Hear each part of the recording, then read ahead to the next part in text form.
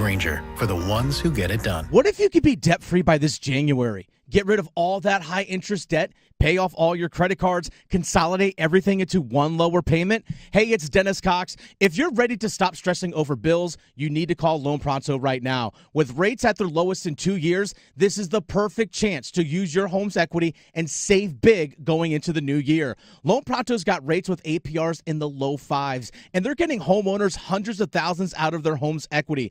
Homeowners who do this save on average $850 a month. Loan Pronto offers a ton of options, including total refis or their express equity line of credit. So call now. Get a rate quote in just minutes with no hard credit pull and no upfront fees like those other guys. Call today and you won't make a house payment till 2025. LoanPronto.com, 919-381-1760. LoanPronto.com, free rate quote now, 919-381-1760.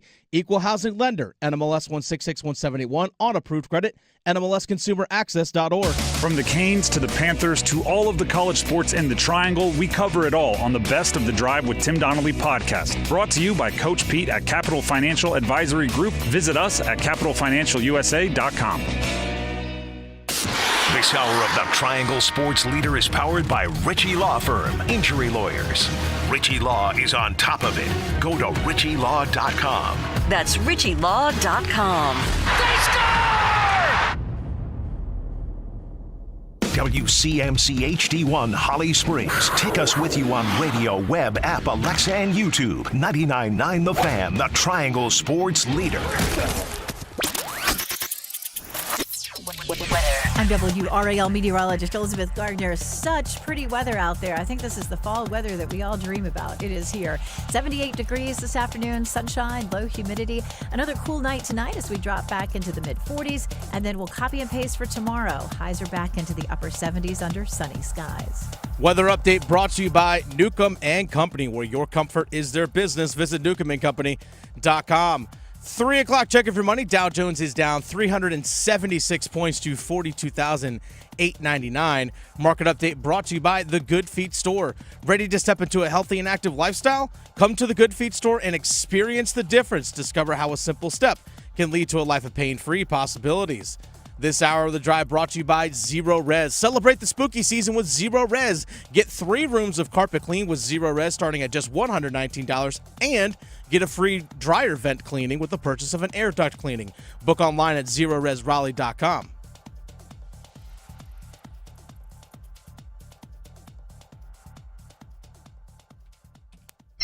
Pressure coming, screen pass is intercepted by Washington, and the Commanders are going to run this all the way back for a touchdown. Dante Fowler Jr. Fake to Hubbard. Dalton in the pocket, fires downfield, intercepted again. Not sure who he was throwing to, and the Commanders bring this into Panther territory. Again the snap, handoff Robinson, plowing forward, reaching for the goal line, and he is in for a touchdown for the Commanders. Drive with Tim Donnelly on 99.9 The Fan. The Drive with Tim Donnelly, 99.9 The Fan. Happy Monday to you all. I'm Tim Donnelly, Dennis Cox producing. Not a fun day for the Panthers yesterday. Fun day for the Commanders yesterday. Even with their starting quarterback going out early in the game and not finishing, they still looked like they had a heck of a time. The Commanders' dominating victory ended a lot of hope for me with the Panthers. There are certain things I'm just done with. It's I don't know if you have one of these, Dennis. I especially had one of these in like my college group of friends, kind of a flaky friend. But it opened you up to a realm of less disappointment when you just acknowledged they were the flaky friend. Mm-hmm. You stopped banking on them showing up, right? You make plans and you're just like, all right, there's 5 of us making plans here, 4 of us are going to be there. If the 5th shows up, lovely. If not, we weren't expecting him. Like a bonus. It's like a bonus. Yeah. There are certain things from the Panthers that this point forward, they're bonus, but I'm not expecting them. I'm done hoping that the defense will become more aggressive. We can sit here on Fridays going into the game and say, hey, you're dealing with injuries. All of these, Derek Brown this, Shaq Thompson that, we can talk about all the injuries and say you need to try to equalize it with creative and aggressive play calling, but it's bland. And it's obvious that the coaching staff doesn't think they have any options other than being bland, so I'm going to stop hoping. Stop getting my hopes up. I'm done hoping that the offense will have any consistency with Andy Dalton at quarterback. Andy Dalton isn't bringing the things that you hope a veteran journeyman will bring. Usually the veteran journeyman, you acknowledge, it lowers your ceiling a bit. But it usually raises your floor. Even with the bright spots he has, it will be matched by deep lows. I'm done hoping for different. I'm done hoping that Dave Canales is a play-calling guru. Those offensive gurus, they find ways. He isn't finding a way. Bad games happen. They happen to everybody. They happen to Andy Reid. They happen to Sean McVay. They happen to Kyle Shanahan. Bad games happen. Bad months. Not creative months. Months where it looks like your offense is getting more tired. That often falls on the play caller. You don't have to be the greatest show on turf out there. You don't have to be the 2015 or 2013, I think it was, Denver Broncos out there. But you need to show that you're getting better and better at finding the best from your team, and they haven't done that. I'm done hoping that Deontay Johnson might be returning next year. That dude is gone because he isn't helping his value here. He isn't being featured here. And when I say here, I mean in Carolina. Let's air the Deontay Johnson clip here, Dennis. Deontay Johnson made it very clear he can't do it all himself. Frustrated, but so I can't play every position on the field and make every play. You know what I'm saying? So everybody got to do their job when it comes down to it. So, but yeah, it's tough, but I just tell myself to keep going regardless. I can't play every position on the field. He's gone. Should they trade him? Should they not trade him? I'm done with you got to sign him in the offseason and keep him. He's not staying. Dave Canales, the head coach, spoke to the media earlier today, not long ago, and he was asked about what it was like to watch the film.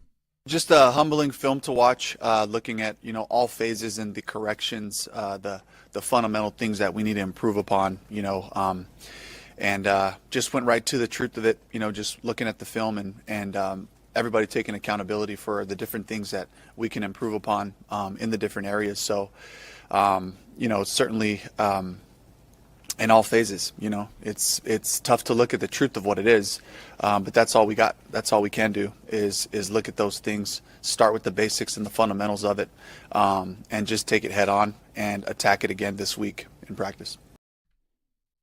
The different things we can improve upon? All of it? Everything? All of it? You just got your doors blown off again. That was as bad as week one. Yeah. Week one, which led to all the changes, and Bryce was benched, and everything needs to be upended. That was as bad. Except you started with the ball. So instead of it beginning with a long touchdown catch by the opposition, it was a long touchdown interception return by the opposition. It just was a different flavor of the same food. Tasted awful. It was a backup quarterback that did it to you, too. Backup quarterback, Marcus Mariota. It was. I'll put it this way, right? Like I said, I have these group chats that are constantly firing off during football games. Somebody wrote in, Marcus Mariota looks incredible. And my first thought was, well, he's throwing it to open guys. He's running to open space. I'm not sure. Bryce Young wouldn't look incredible the way the Panthers defense was letting guys run open. Marcus Mariota played well, don't get me wrong.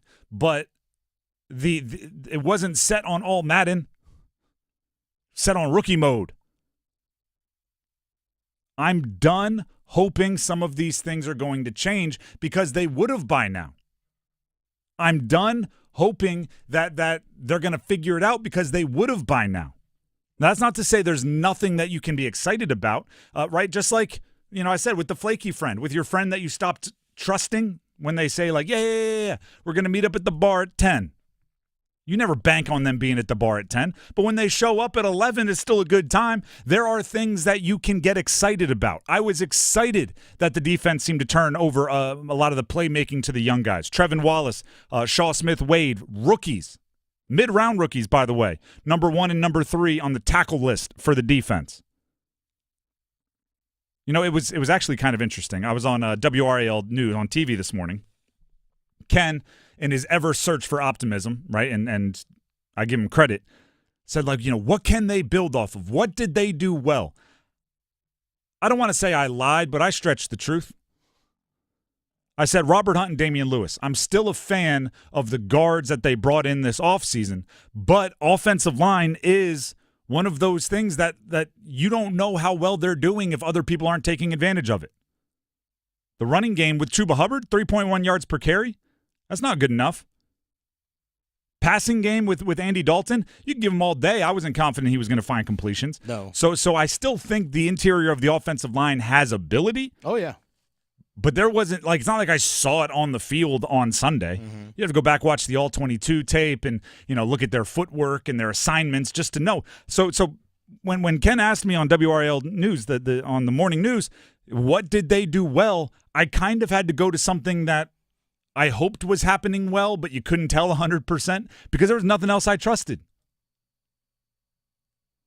And there were very, very few easy pathways to better. Right, a lot of times it's, if this guy makes a catch, everything's different. Or, if this running play doesn't get called back with a penalty, there's none of that. Jatavian Sanders, very good. The rookies are showing something. They're mid-round rookies, 3rd, 4th, and 5th round pick, all had highs and lows, but the highs were impressive enough to get me excited. 2 on the defense, 1 on the offense. Jalen Coker made a catch as an undrafted rookie free agent. Yep. There is no reason, 0 reason, moving forward, why the young guys don't take priority over the veterans for the simple fact of they're the young guys. The veterans have now been given essentially a third of the season, more than a third of the season. More. Nearly half. And there hasn't been anything better. Let's see if the young guys can do it. Because at least there's an expectation that they'll be better 10 days from now or 10 weeks from now than they are now. If you want to vent, feel free. We will have that opportunity for you. At 3:30, we will open up the Heister Automotive Group hotline, 919-860-5326 for a Monday Soundoff is what we call it. So 3:30, have your takes ready.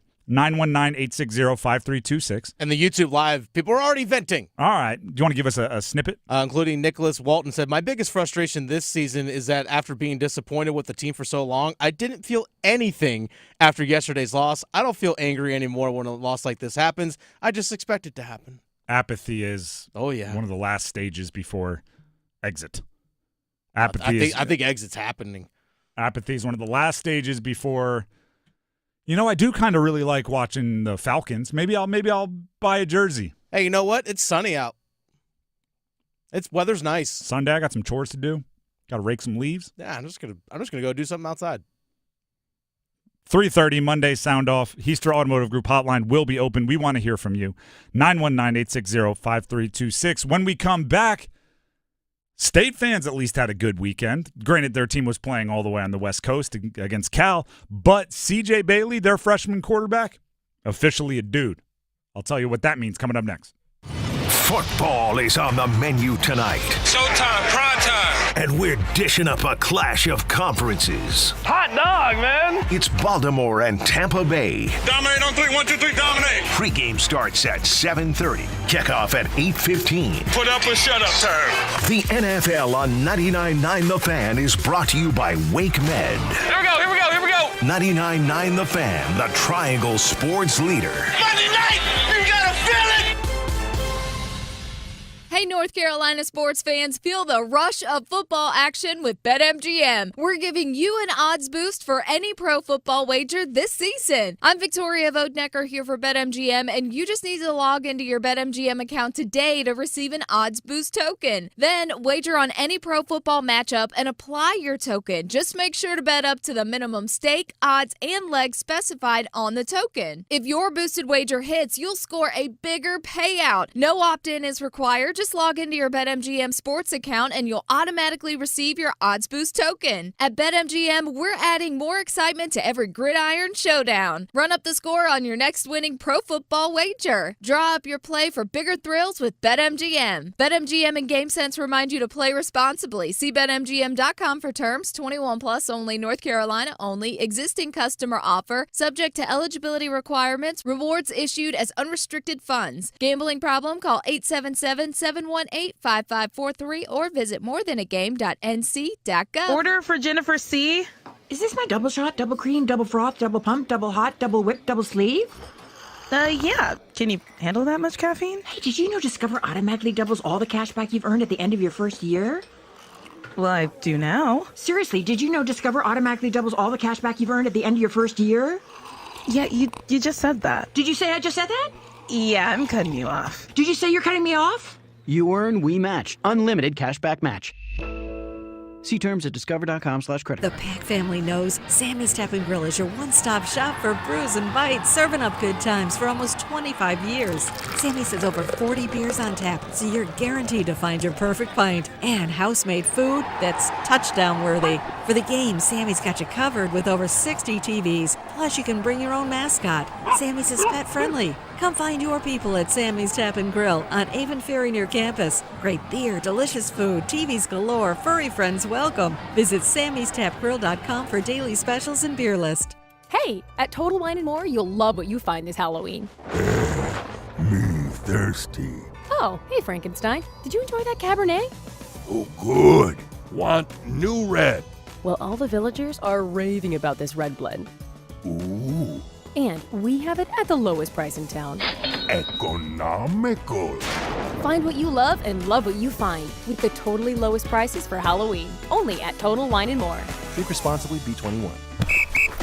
All right, gentlemen. This is Emmitt Smith on behalf of Depend, and I've got the perfect play.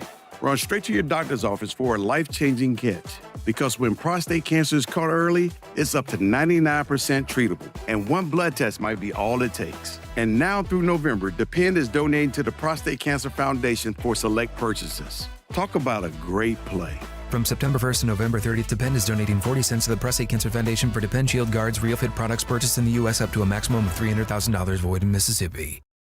Two receivers to the right. Pistol set now. Smothers. No, make it Concepcion in motion. 4th and goal from the 1. Snap. Bailey passes right. Touchdown. 1 yarder to Collins in the right side of the end zone. It's 23-16. NC State punches it in. The Drive with Tim Donnelly, 99.9 The Fan. How much does 1 week change the vibe for NC State football? I don't even think the team is overwhelmingly better than we thought it was last week, but I think it's just a completely different vibe when you think you have your guy at quarterback. All the other problems don't seem as big, even if they are as big. They don't seem as detrimental, even if they are as detrimental, because you got your quarterback. NC State is a real one. CJ Bailey is a real one. And that is something to rally around. Dave Doran, the head coach, after the game on what he's seeing from CJ. Yeah, he doesn't flinch. He believes in himself. He believes in his teammates. He believes in his coaches. He stays positive, and he's just got that it factor when it comes to how he manages things and overcomes. Even when he makes a bad play, it doesn't rattle him, and it's tough. I mean, he's going to be a hell of a player, and he's tough. And even in the first half, I mean, he was 11 of 13. We didn't have a lot of points, but he was doing a good job, and getting used to what they were doing on defense. And that's a good defense. I mean, they're only giving up 17 points a game. One of the top defenses in the country with takeaways. And I thought CJ really played well today. I thought he did too. And I actually want to give Dave Doran some credit here because everybody, and I'm about to, is going to point to the fourth quarter. right? You're down 23-10 in the fourth quarter, and you win the game with time. Like, it's not like you scored at the last possible second. You win the game, a little aided by, a Cal missed field goal and a few others. But everyone's going to point to the fourth quarter. The eye test in the first half was just, yep, he's settling in. It was just like a yes or no, a go, no go. It was like, this is the guy. The ball jumps out of his hand. He's becoming more decisive. He knows what he's looking at. It was great. So I give Dave Doran credit for saying in the first half he was good. I want to look at getting the ball down 6 with 8:37 remaining in the game. Okay, this is NC State. Getting the ball, you need a touchdown to take the lead. Field goal will make it close, but it's not enough. With 8 minutes and 37 seconds remaining on the road against one of the best defenses in the ACC. And they scored in 2 minutes, essentially. But here's why it's more exciting. Do you know how that drive started? Incomplete on first down, incomplete on second down. Now you have a freshman quarterback, 3rd and long, down 6. You got the ball. You had dreams of being the hero. You were going to lead them down and touchdown to take the lead, and you start with incomplete. The next play, big completion to Justin Jolie on 3rd down for the first.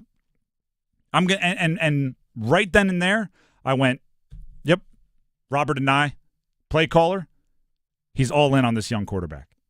Do you know what the play calling series was on that drive, which, by the way, ended up with them taking the eventual lead that would stick? Here's the play calling. Pass, pass, pass, pass, pass, pass, pass. Run game wasn't working. There were no illusions or delusions of this young guy needs to get the run game going to be effective. It was, nope, we have a dude. Let's put it on his shoulders. Let's see what happens. If he throws 2 incompletions, great. He'll complete the 3rd, which is exactly what he did. You score, you take the lead. That's and we talked about it last week against Syracuse. Didn't win the game, but there were moments where you saw C.J. Bailey is just comfortable. And there's a difference between not caring and comfortable, right? The yawning before going out on the field in a night game, and they just happen to catch it on the broadcast. The fielding a ball that's batted back towards him like a baseball player, right? Getting down in a ready position like I'm trying to teach my son's 3- and 4-year-old baseball team. Like that kind of stuff just shows that he's out there playing a game and he understands nobody plays better when they're wound really tight. It's not that he doesn't care. It's that he's playing with the right energy. So then when you're up against Cal and you're down 23-10 in the fourth quarter, you're more tense than you were at the beginning of maybe the Syracuse game. You're more tight, but there's only so far you can go. If you're wound tight at the beginning of the game, by the time you're out there trying to complete a comeback, you're suffocated. Starting with the NIU game. So this is 4 games ago, right? Once you kind of looked at Bailey and said, all right, the first initial jitters are worn off. Starting with the NIU game, I want to look at his QBRs by game. QBR is an ESPN stat that's supposed to fully encompass quarterback play, not just passing, but running and decision-making and everything. The NIU game, it was 33.9. The Wake game, it was 50.8. The Syracuse game, it was 63.1. The Cal game, it was 77.4. The dude is just on upward trajectory. Will that continue forever? No. You just run out of space, right? It'd have to be approaching the limit without ever reaching the limit would be pretty darn difficult. But he can sustain what he's doing. Yes, exactly. And he can reach a level where then you can take a step back for a game and it's not a catastrophe. He can keep playing and keep raising the expectations for him. He's a real good one. And you said it, I think it was a week ago or 2 weeks ago. It's like, hey, you know what? Don't treat him like a true freshman anymore. Like, let the guy unleash. And that's exactly what they did in that fourth quarter. Like I said, pass, 7 straight passes. You go from taking the ball over with 8 minutes and change left to having the lead. That's what it should be. And it's not all. I'm not saying every pass has to be or every pass was right a 7-step drop, throwing the laser rocket 40-yard deep out. Like, check it down to Hollywood Smothers. Right? Because now your arm, which, by the way, according to Pro Football Focus, he made 4 big-time throws, which is an impressive number, more than he had in all of the previous games combined. 4 big-time throws against Cal. Check it down to Hollywood Smothers because the the throws you made earlier in the year, or earlier in the game, have made the defense respect you. They're going to sag off a little bit. Boom, give Smothers the ball in space, let him score. There's a lot of good going on with C.J. Bailey. There is some stuff elsewhere that still needs to be fixed, addressed, I don't know, put back together with duct tape and shoelaces and gum. I don't know. You got to be able to run the ball. Yeah, MacGyver that thing if you have to. Cal, for all the good they do on defense, their offense is not one that's going to run away with it. So, you didn't have to worry about putting their offense back on the field. You didn't have to worry about making sure your run game goes. The defense wasn't tested as it will be in other ACC games. So there's still stuff that NC State needs to work on. A lot of stuff, big-time stuff. Right? You're now 4-4, right? And you have one game over a Power 5 opponent. So I'm not sitting here acting like they have everything figured out. I'm just sitting here and acting like if you have your quarterback, a lot of other stuff doesn't seem as serious. And I'll even equate this to the Panthers we talked about earlier. Let's say, what are they now? 1-6, 1-7, 1-57? What does it feel like? 1-6? On their way to 1 and very, very, very, very, very terrible. If they were 1-6, but Bryce Young looked like the dude for the next 15 years, it would be a different beast. Sure. It would feel differently. Right? So State is not where they want to be as a team overall with record and win-loss or anything like that, but it looks like they got a dude at quarterback. You know what's the real bad part about this? And this is where the old-timers get real mad at modern college football. You better start re-recruiting the kid. You better start fundraising now. And I don't know C.J. Bailey. I don't know his personality. I just watch him on film every week. He's good. He's good. He's tall. He's going to fill out. He can run. There's going to be suitors, and whether he goes in the transfer portal or not, those suitors are going to make their intentions known. They'll let them know what's out there possibly. I don't know if you go full Aaron Rodgers. Again, people are going to hate this so much. Oh, yeah. But you better find out who his friends are in the team and make sure they're sticking around. Go find his Alan Lazard, his Devontae Adams. You get him on the roster, which, again, I get it. It stinks. Why are you catering to a freshman? But the alternative is maybe watching him go somewhere else, and that would sting because he's the part that's giving you hope right now. Or just make sure that everyone that you currently really like on your team be like, hey, make sure you are very close friends with CJ. Hey, man, listen. I heard CJ wasn't invited over to your house for the pregame last week, and we just need to make sure that CJ is on the list of people that you're inviting to your gatherings. He's the first one you contact. You find out what time is good for him and schedule it for everybody else. I mean, I'm exaggerating here, don't get me wrong, but only a little bit. Only a little bit. He needs to be, and I'm not saying this loosey-goosey. I think he should be on the same plane as like the Nico Iamaleavas going into next year. And Nico's maybe not exciting everybody right now, but coming into the year for Tennessee, he was seen as one of those prospects that was big time. C.J. Bailey might be as well. And he played with Jeremiah Smith in high school, the number one wide receiver recruit in the country. He's playing for Ohio State. He's balling out. So I think some of Bailey's high school buzz got tampered down because everyone was like, well, shoot, I could throw it to that guy. But it turns out maybe he was making Jeremiah Smith look good just as much as Jeremiah Smith was making him look good. And maybe not as much, but you know what I'm saying. Jeremiah Smith is a beast. The Drive with Tim Donnelly, 99.9 The Fan. We have Monday Soundoff coming up next. We want to hear from you. The phone lines will be open, 919-860-5326. Should the Panthers go back to Bryce Young? How much does the NC State win change their season with the win over Cal? Is Duke a threat in the ACC? We want to hear from you. Sound off on whatever you want to. 919-860-5326. The phone lines are open. Monday Sound Off coming up next. It's bow time. It's not just football season. It's tailgate season. And that includes every kind of football, whether it's got goalkeepers or goalposts. The kick is good! Because it doesn't matter where or how you tailgate. When you've got crispy chicken and fluffy buttermilk biscuits from Bojangles, your tailgate is better than great. It's legendary. Head to Bojangles and order your tailgate box with boldly seasoned chicken, fixins, biscuits, and legendary iced tea today. It's bow time. Planning a tailgate? Then it's bow time. Bojangles has everything you need for the perfect tailgate, no matter how many fans you're trying to feed. There's the original tailgate, the super tailgate, and for a really big crowd, the jumbo tailgate special. And if you like your chicken off the bone, choose the Supreme's tailgate special that includes 12 perfectly seasoned tenderloin fillets. So grab the tickets, get that Bojangles tailgate special, and go! It's Bo time.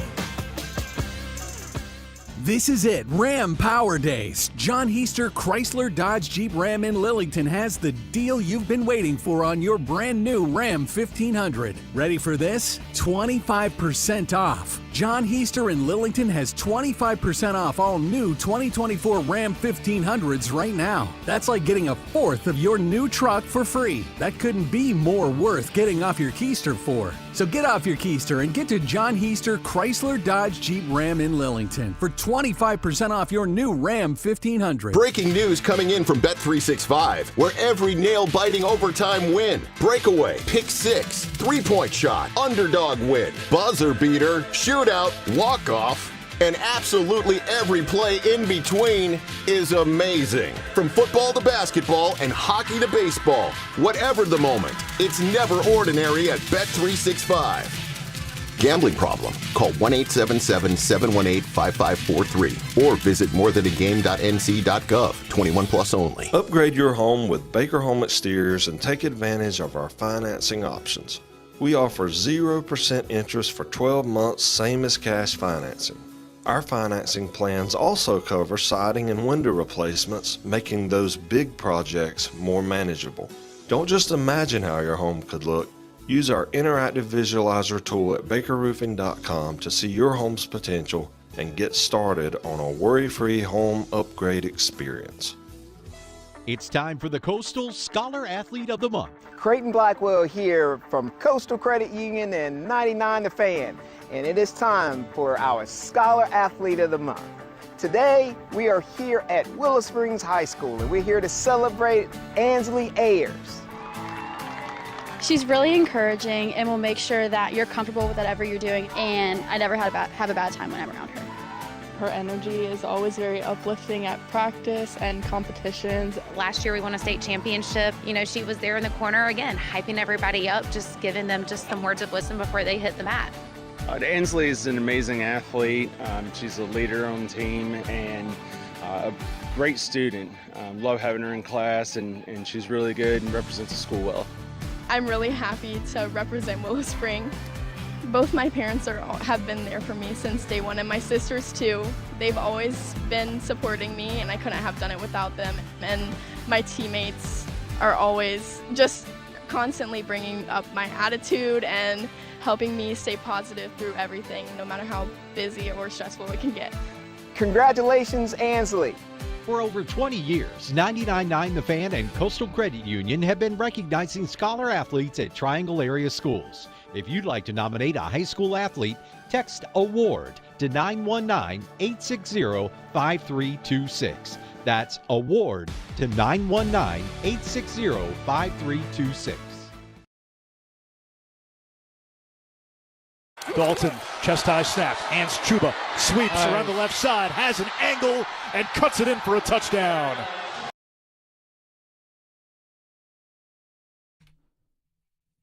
The Drive with Tim Donnelly, 99.9 The Fan. It is time for a Monday Sound Off. This is the part of the week, the part of the show. And that's what this horn means. It's the signifier. It means we are opening up the Heister Automotive Group hotline to you, the listeners. Whatever you want to sound off on from the weekend, whether it be hockey, football, obviously, is a football weekend, college, pro, it's all on the table. It's up to you. The number to call in is 919-860-5326. Once again, the Heister Automotive Group hotline, 919-860-5326. We'll start things off with Daniel in Creedmoor. He wants to sound off on the New York Jets. This should be fun. Daniel, thank you very much for calling in. The floor is yours. Go ahead and sound off. Well, thank you for giving me this opportunity to vent, because it's been too many years of watching this clown show, and I'm ready to catch my eyes by about halfway through the third quarter last night. And why didn't they fire like everybody a couple of weeks ago, including the owner? He should fire himself. Okay. Move the team back to Shea Stadium. Matt, take it down, because that's where I'm at with this team. I appreciate the call. You broke up a little bit there, so we'll have to let you go, but I'll respond. I think the question was, why didn't you fire everybody when you fired the head coach and Robert Saleh? I think it's because you're trying to keep Aaron Rodgers happy. I think it's because Aaron Rodgers has a lot of power in that room. That's how you end up with, his best friend Devontae Adams there and his other best friend Alan Lazard there and all of these guys. Nathaniel Hackett still somehow employed. I think Aaron Rodgers is the one pulling the strings. Well, of course. It's funny, everything talked about, the owner should fire himself, surprise all these other people to get fired. I'm like, I thought there was a Panther conversation going on taking place. Let's be honest. You know what? Jets and Panthers, more similarities than you think. Ugh. More similarities than you think over the last 5 years. Yeah.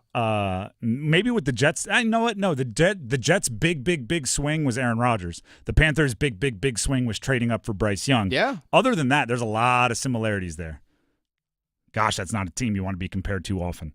Again, it is a Monday Sound Off. Feel free to join the show. I'm talking to you. Yes, you. All of you. Heister Automotive Group Hotline, 919-860-5326. We go to Eddie in Durham next. He wants to talk Duke Blue Devils. Eddie, thank you for calling in. Go ahead and sound off. How you doing today? Doing fantastic. Excited to hear what you have.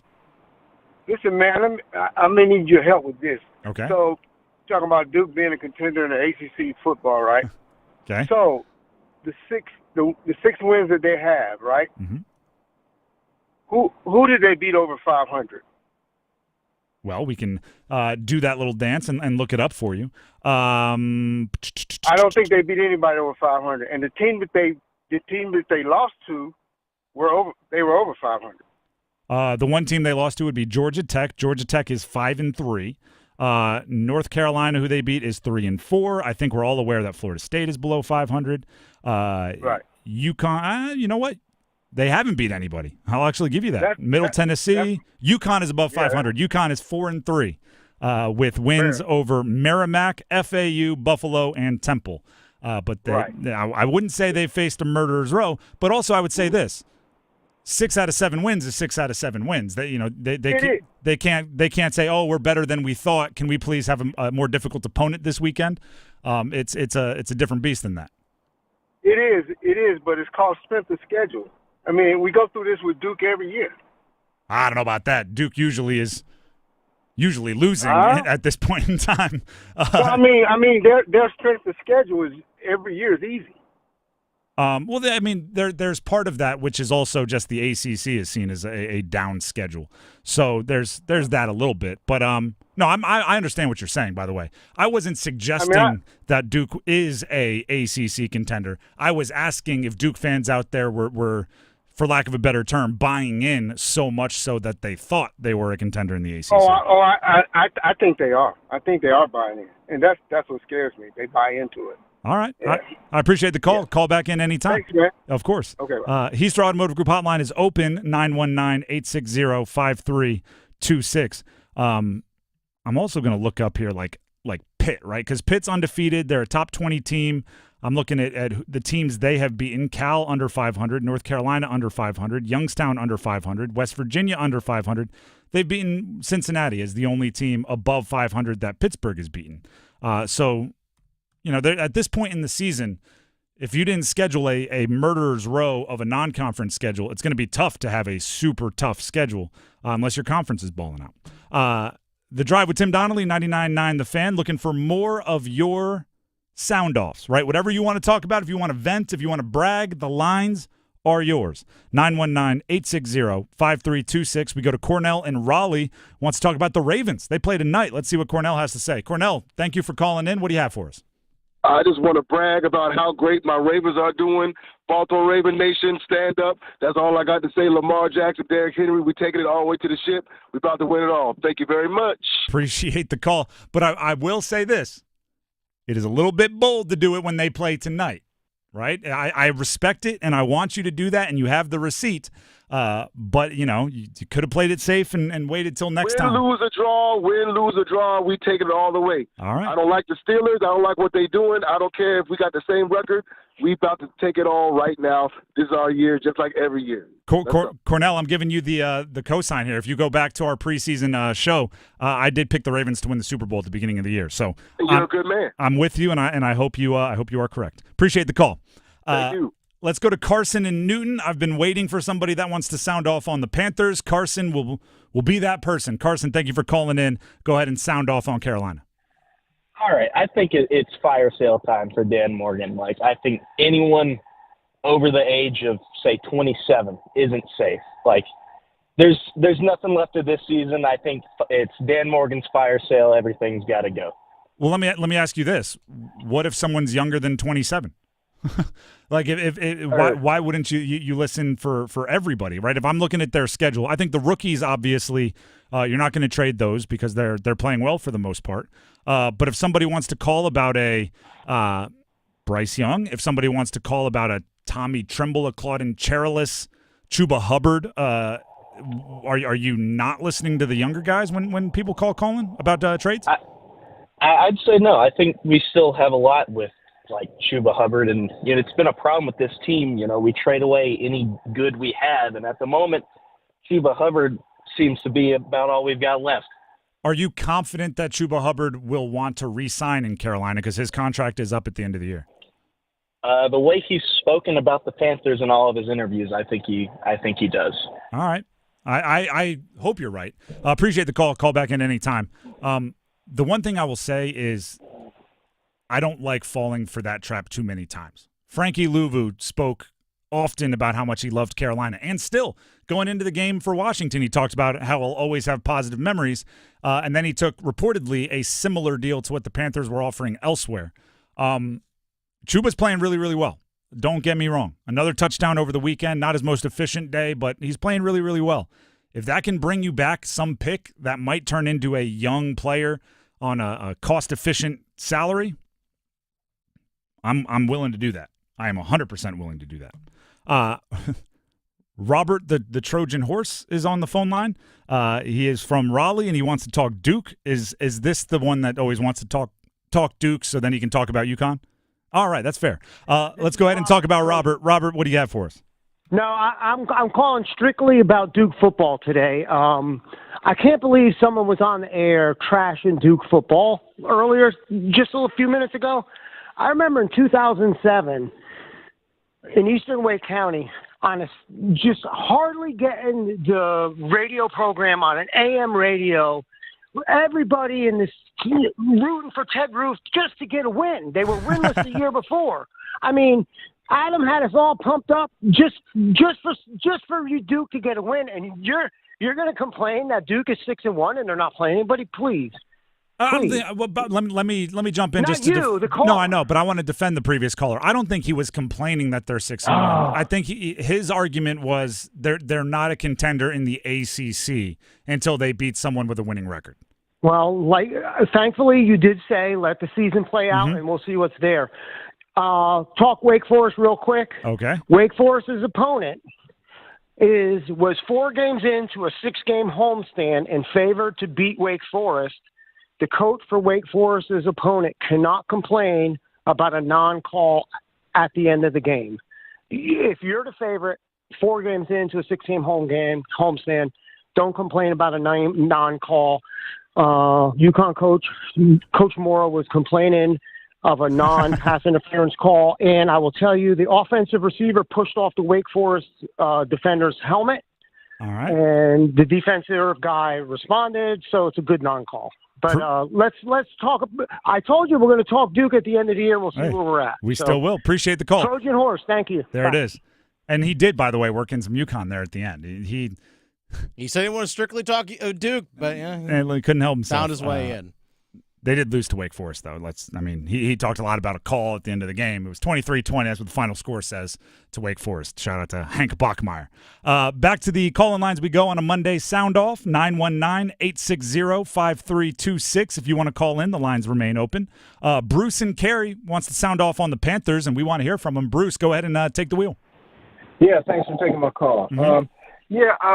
I really don't know what to say about the Panthers, man. I called, I think last week, and I said that they probably should just move the franchise to another season. All right. Yep, I remember you. Welcome back. Yeah.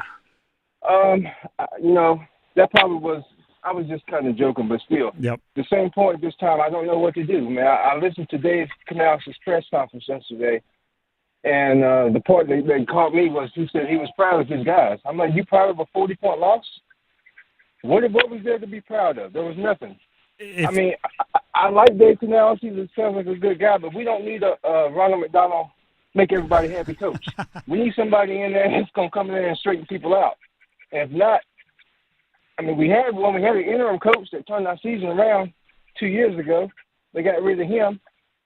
Steve Wilkes. I don't know what the answer is. Yeah, Steve Wilkes. I don't know what the answer is because I've been a fan since they started. Mm-hmm. And fortunately, I'm probably going to have to be a fan to the end because I'm a North Carolinian. But I don't know what the answer is. Like the caller said, we get rid of every good player we have. Bruce, I appreciate it. I'm going to build off what you're saying here, but thank you, and as you know, call back in. All right, appreciate it. Here's the rub of it.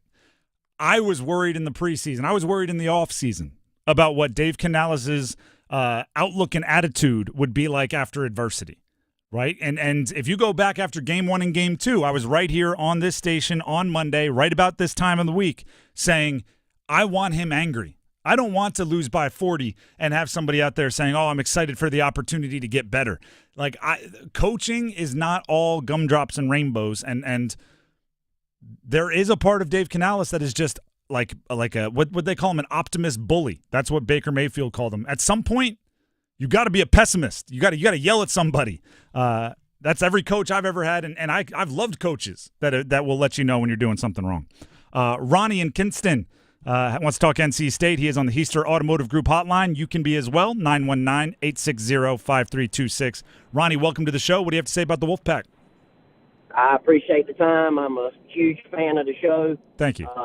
What I'd like to say is I'm a big NC State fan. I'm on this roller coaster ride every year, up and down, where we win games that we shouldn't win and we lose games that we shouldn't lose.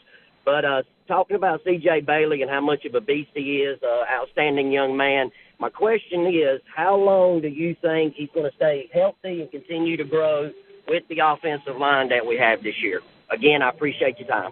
Thank you very much. Appreciate the call. I actually think the number one way he can stay healthy is to become a little less confident in his running ability. And what I mean by that is he has a lot of read keeps. That's what we called them when I played, which is you stick the ball in the running back's belly and you try to read usually the defensive end or the defensive tackle. And if the defensive end or tackle is crashing on the running back, you keep the ball and you run where the defensive end or tackle vacated. It's quarterback keep, especially down near the goal line. C.J. Bailey is about 75%. I'm going to keep this bad boy unless he is absolutely sitting nowhere near the mesh point. When I played, it was coach was like, if you keep it, you better have 10 yards of green grass out there with nobody touching you. Other than that, give it to the running back.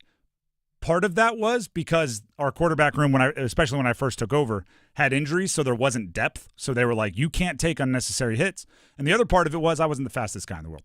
For C.J. Bailey, he can run. So it's not because he's not the fastest guy in the world, but with the way their depth is at quarterback right now, it's got to be give, unless it is wired. Then you can keep it. And I know a lot of quarterbacks that are treated that way. It better be wired for you to keep it. Because right now he's so confident. If the defensive end twitches towards the running back, he's like, got him, keep it and run, which is awesome that he has that ability. But part of me is like, no. I want it to be 80% you're going to give this bad boy. That's Ronnie and Kinston. Appreciate the call. Let's go to Pat in Durham. He has a gripe about Josh Allen and a gripe about Tony Bennett. So he's griping about NFL quarterbacks and former college basketball coaches. I want to see where this goes. Pat, appreciate the call. What do you have for us? Yeah, it's not a gripe. I just want to pick your brain. Okay. Josh Allen, I was watching Monday Night Football last week, and this fourth-round kid is running the ball and just tearing it up. Ray Davis is what you're going for. Yep. Yeah, and he's getting it all the way down to like the 1 foot line, and he's just breaking tackles and taking hits. And then here Josh Allen just takes it and goes over the middle. Of course, they get a penalty. So they go back to the 5-yard line or whatever, and he does it again. He breaks tackles, gets busted, gets it right down to the same exact point. And it seems like as a payoff, you'd let him score. But Josh Allen scores. And I didn't know from a quarterback standpoint, I'm saying, man, give the guy a break, Little touchdown vulture, you're saying? Like somebody, there's one guy that does all the work and then someone else gets the touchdown? Yeah. Yeah, a tale as old as time. And if it can happen occasionally, right? Because everybody's team first, team always, team only. But you do have to make sure you're taking care of your running backs and getting them the stats. I believe Ray Davis scored in that game. I don't think anyone will ever complain about not getting touchdowns if they have one in the game, but you do have to be aware of it. It's like when your center runs a fast break, you better get him a dunk occasionally, or else they're going to stop running the fast break. So I'm with you. It's just Josh Allen, he's going to get his stats too because he's worth $60 million a year or whatever. What do you have for us about Tony Bennett? I'm curious about this one. Well, there's no loyalty now in sports as far as players and college and all that, and Bennett basically left 3 weeks before the season started. And I don't know the ins and outs as far as wanting to promote the assistant coach. But I was wondering your opinion, because they say, how can he leave his college so soon? But then again, if somebody comes up and offers this kid money, I think they can transfer anytime they want. Well, I appreciate the call. I'll break this down because I've had this conversation 3 or 4 times over the weekend. Thank you. Yep. You can't leave anytime you want. You can decide to transfer anytime you want, but you can't put your name in the transfer portal until there's portal windows. But that's changing by the day, so I don't anticipate anybody knowing all of those rules because again, like I said, it seems like every time you refresh Twitter, there's a new rule. The Tony Bennett loyalty line, I've had good arguments on both sides. Right? Somebody, mad because all these players committed to play for you and now you left and they have to play for someone else and you're doing them dirty. I've heard that, but I've also heard this. If Tony Bennett, 4 months ago said he's retiring, maybe UVA goes and gets an outside person and the next coach, then everyone on the team isn't their guy, right? At least this way with the assistant coach being promoted, this assistant coach has been on the staff that assembled this squad, so he's still invested in them. It really is a kind of a different beast when it comes to how all of this is going to be taken care of. So I don't know. I mean, I don't know whether it was the right way or the wrong way. All we know is it's the way that Tony Bennett did it, but I've gone back and forth, and I've had smart people argue on both sides. Mike in Willow Springs wants to talk Georgia, Texas. What a heck of a game that was. Mike, we appreciate the call. Go ahead and sound off on the Georgia, Texas game. Yes, sir. I appreciate you letting me have a little time. I listen to you guys every day, man. I love your Thank show. You. You're the real MVP. I just wanted to get your take on the controversial call, the reversal of the pass interference. I mean, obviously it was not interference. I mean, I'm not complaining about that, but I just didn't realize that it was okay for a referee squad to call a play and then take it back. I didn't think that was legal. Appreciate the call. It did seem sketchy. It seemed like the refs just heard a lot of boos and then said, oh, you guys were right. I believe, as like a fan, I just want them to get the call right, and however they get there, I think it's okay. But if I'm a Georgia fan, I'm not okay with it. The rules are there for a reason, right? I don't have a horse in this race, so to speak, because I'm not a Texas fan or a Georgia fan, and Georgia was ahead by a bunch. I don't know. It's tough. I'm all about just getting the right amount of call or the most calls right as possible, if that makes any sense. Right. I had several people at my house watching the game, and I was like, after seeing the replay, I was like, look, guys, he didn't interfere with him, so they got the call right at least, But I kind of think that they saw all them bottles coming at them, and they said, we ain't gonna get out here. We won't get out here alive unless we change his call. I I appreciate the call. Just want to say, go Dogs, man. Thanks for your time. Yep. I do think you better be careful not to set a precedent, right? You better not make fans and students think if we raise enough of a ruckus, a call will change, because then you're going to get a lot more ruckuses. Let's go to Jesse in Pittsburgh. Jesse in Pittsburgh wants to talk Volunteers. A little Tennessee action. Jesse, we appreciate the call. Go ahead and sound off. Yeah, I think everyone can agree that Vanderbilt rushing the field and tearing down the goalpost was awesome. Mm-hmm. Tennessee doing it, super lame. Give us like 30 seconds as to why it's super lame. I mean, a larger program. They're ranked 11 and 7. I mean, it's a closer, tighter kind of skill set there. Yep. And didn't they beat them 2 years ago or something? So I mean, that was fresh on your mind. They're out. All right, you're breaking up a little bit, so I'm going to let you go. But I appreciate the call. Here's the thing. By the way, 100% agree with him. So lame. Here's the thing. You're actually, when you do that, you are complimenting your opponent. It's the whole, and we did all of this during the basketball season with Wake Forest storming the court against Duke. And remember, Kyle Filipowski got hit, and it was over dramatic, and there was that whole thing. But we did all the numbers, and it had been like no other team had the court stormed on them more than 10, and Duke had 75 or whatever it was. That is a mark of one of those programs with the lasting success. Alabama, congratulations. You're now the team that even when the 11th team in the country beats you, if it's at home, they're going to storm. That's a compliment. So I think it's a little – and by the way, if you're Tennessee, you don't want to compliment your opponent, right? Act like you've been there before. You want to beat Alabama and walk off the field like we expected to beat Alabama. Definitely didn't feel like they expected to beat Alabama after that game. Yeah, if you want to act like you're one of the best programs in the entire country, then act like you're one of the best programs in the entire country. We were 11th in the country. We have the 7th highest payroll. What an underdog story. Scrappy little upstart, Tennessee Volunteers. Man, it just let me tell you. We know they're coming to North Carolina and taking all our high school recruits, so they are. Can't be that difficult to win with all those studs. One more here, part of Monday's Sound Off. Tom in Snow Hill wants to talk Raiders and Tom Brady, new owner, Tom Brady of the Raiders. Tom, we appreciate the call. Go ahead and sound off. Tom, are you there? Tom, going once, going twice, going 3 times, sold. I'll give you this. It is ridiculous, the rules against Tom Brady, if he's going to be a broadcaster. Yeah. Now that he's an owner, he can't be in other teams' facilities, can't watch practice, can't talk to the teams ahead of the games. He is going to be just watching game film and doing his best broadcasting. That's it.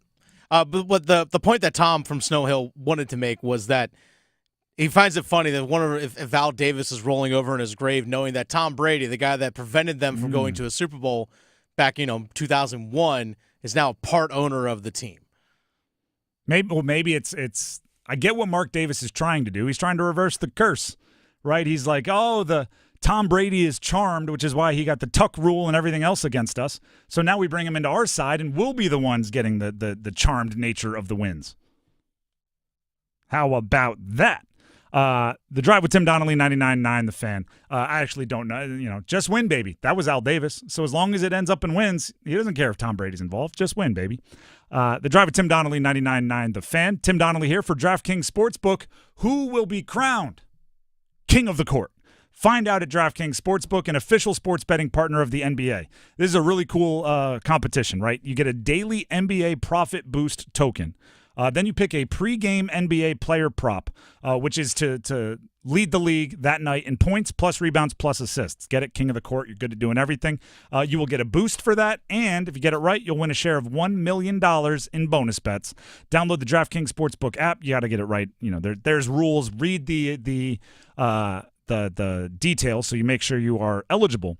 But download the DraftKings Sportsbook app and use code TIMD while you're at it. That's code TIMD on DraftKings. The crown is yours. Gambling problem? Call 877-185-543 or visit morethanagame.nc.gov. 21 plus, North Carolina only. Eligibility restrictions apply. One NBA prop bet profit boost per customer. Tokens expire at the start of the final NBA game each day when offered. Use token on PRA Stat Leader to receive equal share of $1 million in non-withdrawable bonus bets that expire in 168 hours. Additional wagering restrictions apply. For additional terms and responsible gaming resources, see dkng.co/bball.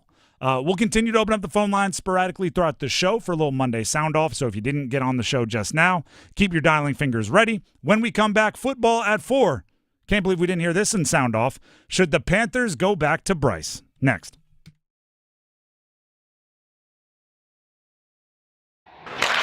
Hey, it's Adam Gold, and do you have a late-night craving for in-depth analysis on the Carolina Hurricanes and their latest game, their latest win, their pursuit of the Stanley Cup? Well, I can quench your thirst. I can feed that appetite on the Canes Corner podcast, the morning after edition, which drops the morning after every Hurricanes game. Get it wherever you get your podcast. Brought to you by the Aluminum Company of North Carolina. Mike Rowe here with a quick question. Have you noticed cracks in your drywall, chimney, or exterior walls? I hope not, because if you have, they could be indications that you've got a much bigger problem with your foundation. That's where Tar Heel Basement Systems comes in, a groundworks company. They can honestly assess your situation and create a plan to stabilize your foundation. Schedule your free inspection at tarheelbasementsystems.com/row, and while you're there, check out my latest dirty job. Licensed in all states where work is performed. See website for details. At Uline, they know firsthand the road to success is an uphill climb. Uline started in the family basement, and through hard work is now North America's most trusted shipping and industrial supplier. They get what it means to have the support of reliable, hard-working partners. So they keep 41,000 items ready to ship. Whether your company is still in a basement office or expanding cross-country, Uline will be there on your road to success. Visit uline.com. Lewis Black, Goodbye Yeller Brick Road, the final tour. When I was in elementary school, then I was like 9. And the teacher said, in case of a nuclear attack, get under your desk. And I said, why would I do that? And she said, because you'll burn faster. Lewis Black, live on stage. DPAC, Friday, October 25th. Get tickets now at dpacknc.com or ticketmaster.com. The final shot at the Championship 4 comes down to a track that's been here from day one. Martinsville. NASCAR Playoffs weekend at Martinsville Speedway. November 1st through the 3rd. Get your tickets now at martinsvillespeedway.com. With all these new winners at the North Carolina Education Lottery Winners Club, we need to decide who's in charge. We need a top prize winner. We need someone who's good with words, like us crossword winners. If elected leader, I will extend the hours during which all winners can use the diamond-encrusted hot tub. Yes! New scratch-offs mean new winners. This month's tickets are packed with $370 million in total prizes. The Winners Club awaits. Must be 18 to play. Approximate overall odds of winning range from 1 in 3.04 to 4.31. Problem gambling helpline 877-718-5543. Here's Megan with Parkway Sleep Centers. Are sleepless nights affecting your life? Parkway Sleep Health Centers can help. We've treated sleep disorders in the Triangle and beyond for over 20 years. We offer sleep studies, office visits, CPAP machines, supplies, and more. And our streamlined process allows us to see you sooner and usually saves hundreds of dollars. End sleep problems. Live your best life. Experience the Parkway Sleep difference. Visit parkwaysleep.com and start your journey to better sleep today. Parkway Sleep Health Centers. Sound sleep. Sound health.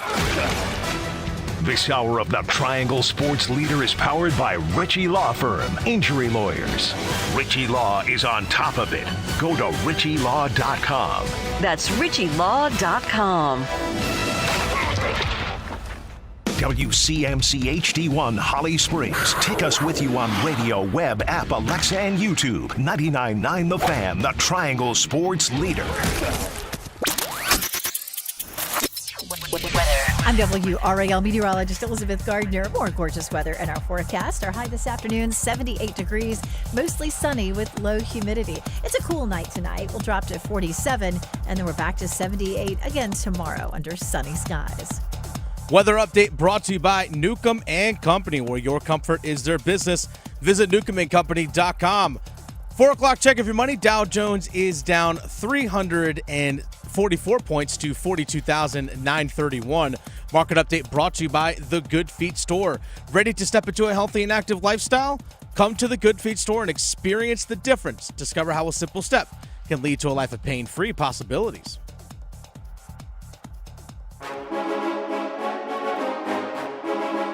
Let's move the chains. Time for Football at 4. The Drive with Tim Donnelly, 99.9 The Fan. I'm going to make something very clear here. This doesn't have even a ton to do with Andy Dalton. Regardless of how well or poorly Andy Dalton is playing, there is no reason the Panthers should play a nearly 37-year-old quarterback who isn't under contract beyond this season during a lost season. There is absolutely no reason why this year should be played with the guy that gives us the best chance to win mentality, even if you think that's Andy Dalton. Because wins don't help you from this point forward. They don't. And that's a bummer for fans. That stinks for players, especially veterans. It stinks for guys on expiring contracts, but it's the nature of the beast. And that means Bryce Young should get the look. It does. By the way, this is not a good situation. It is the lesser of two evil situations. When faced with bad and badder, you take bad, right? When faced with worse and the worst, you take the worst, right? You take the lesser of two evils.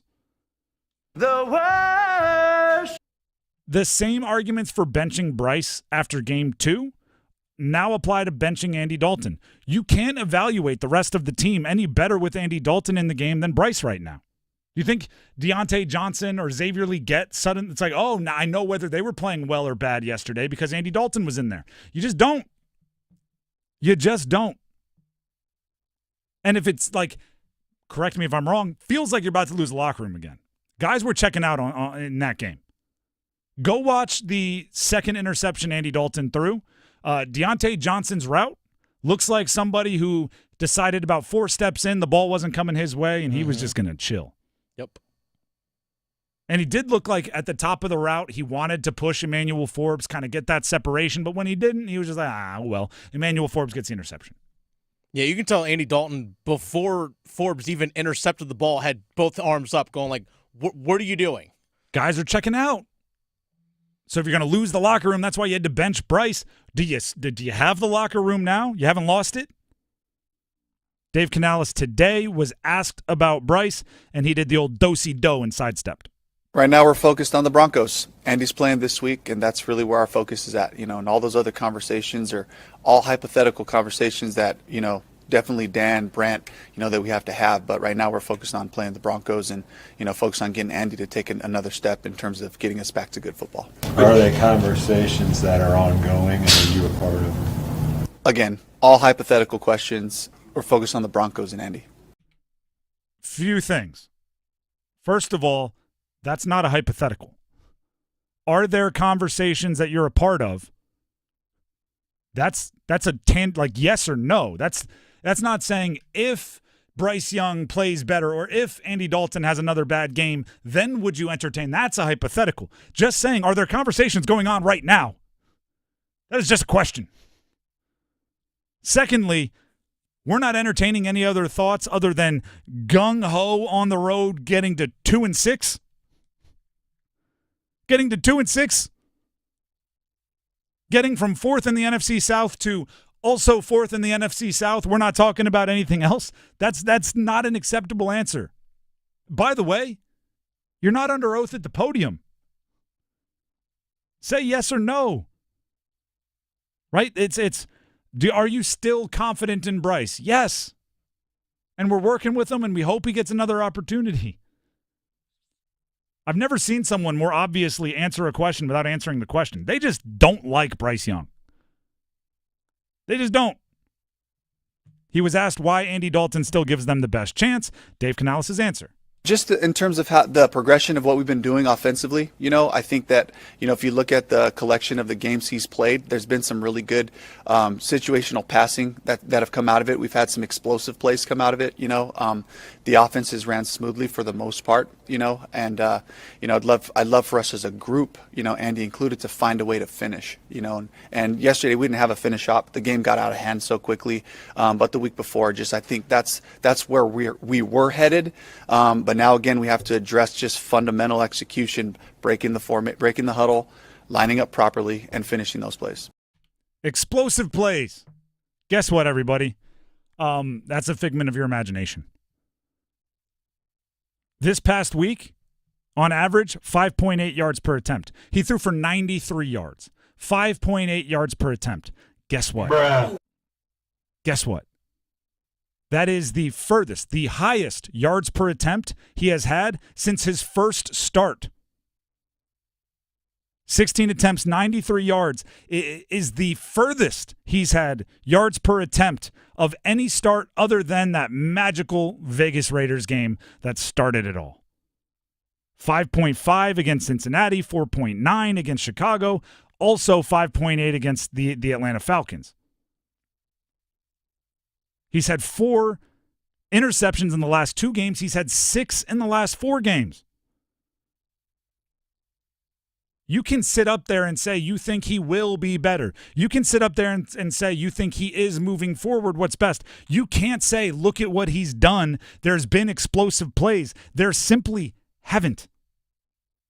Against Cincinnati a month ago, he had a 39-yard completion. He hasn't thrown a single pass over 40 yards. Not a single one. It's been declining since he got in there, and this is what I talk about when I talk about backup quarterbacks. And I think Andy Dalton is still a good backup quarterback in the NFL. They are the small donut tire. Right? When you have a blowout on the highway, you throw the donut on there, and he'll get you to the next auto body shop. You can't drive him cross country. He'll give you 3 weeks.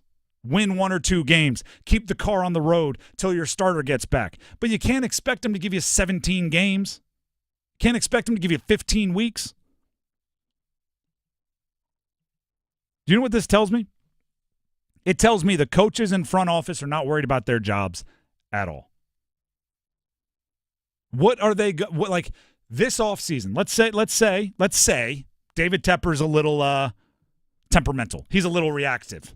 Right? Let's pretend. Let's live in this make-believe world that the owner is kind of impulsive. Speaking of hypotheticals. Yeah, exactly. Let's have this hypothetical, although it's kind of real.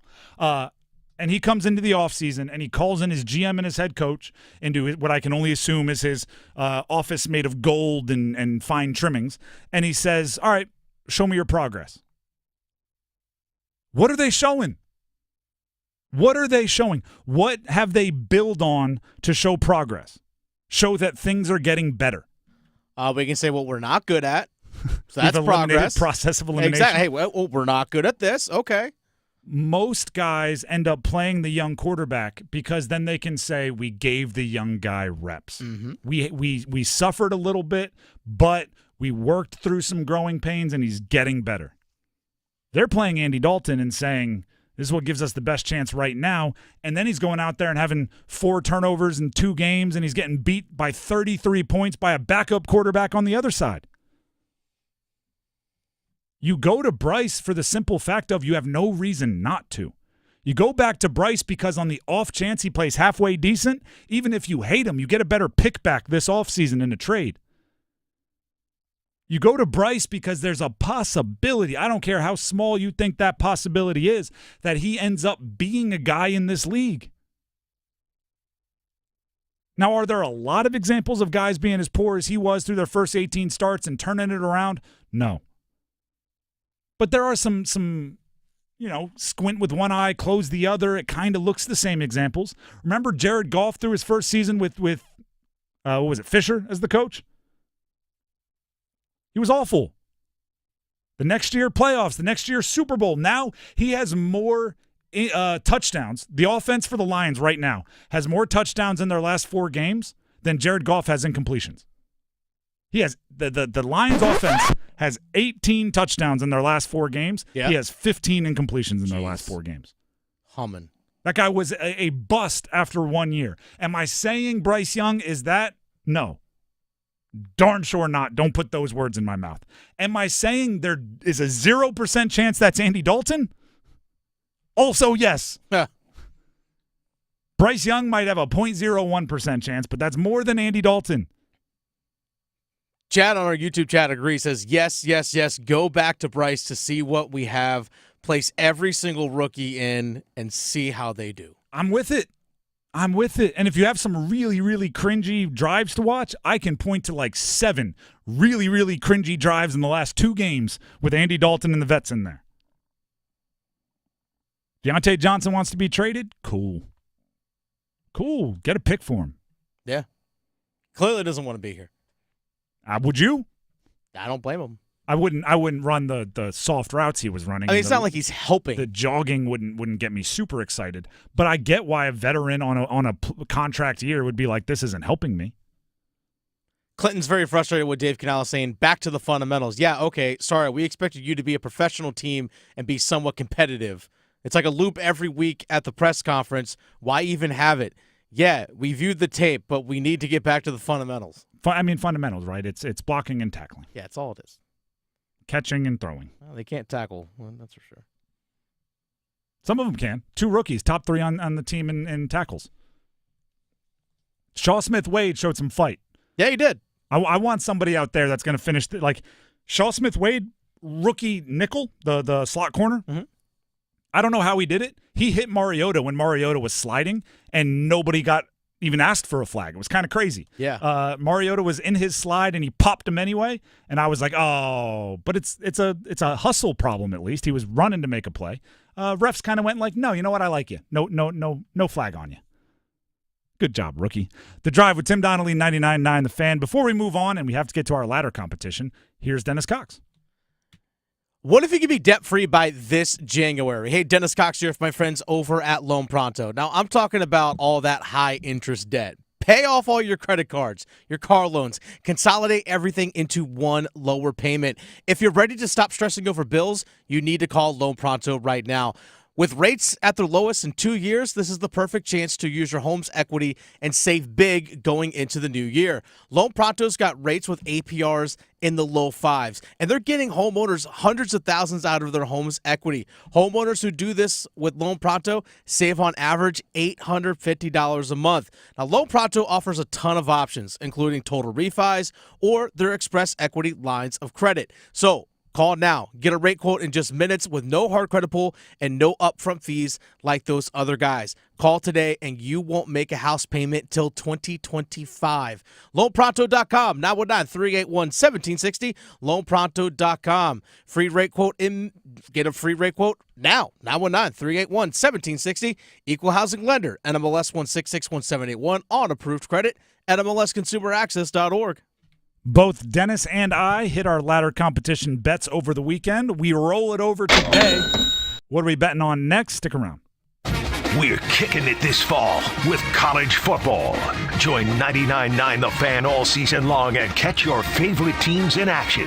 The ACC, the SEC, and every conference that matters. You'll find the best matchups here. Jordan Moore delivers, and the Blue Devils have the lead. College football on 99.9 The Fan is brought to you by Wilkinson Chevrolet Cadillac Buick GMC in Sanford and by Amedios. It's bow time.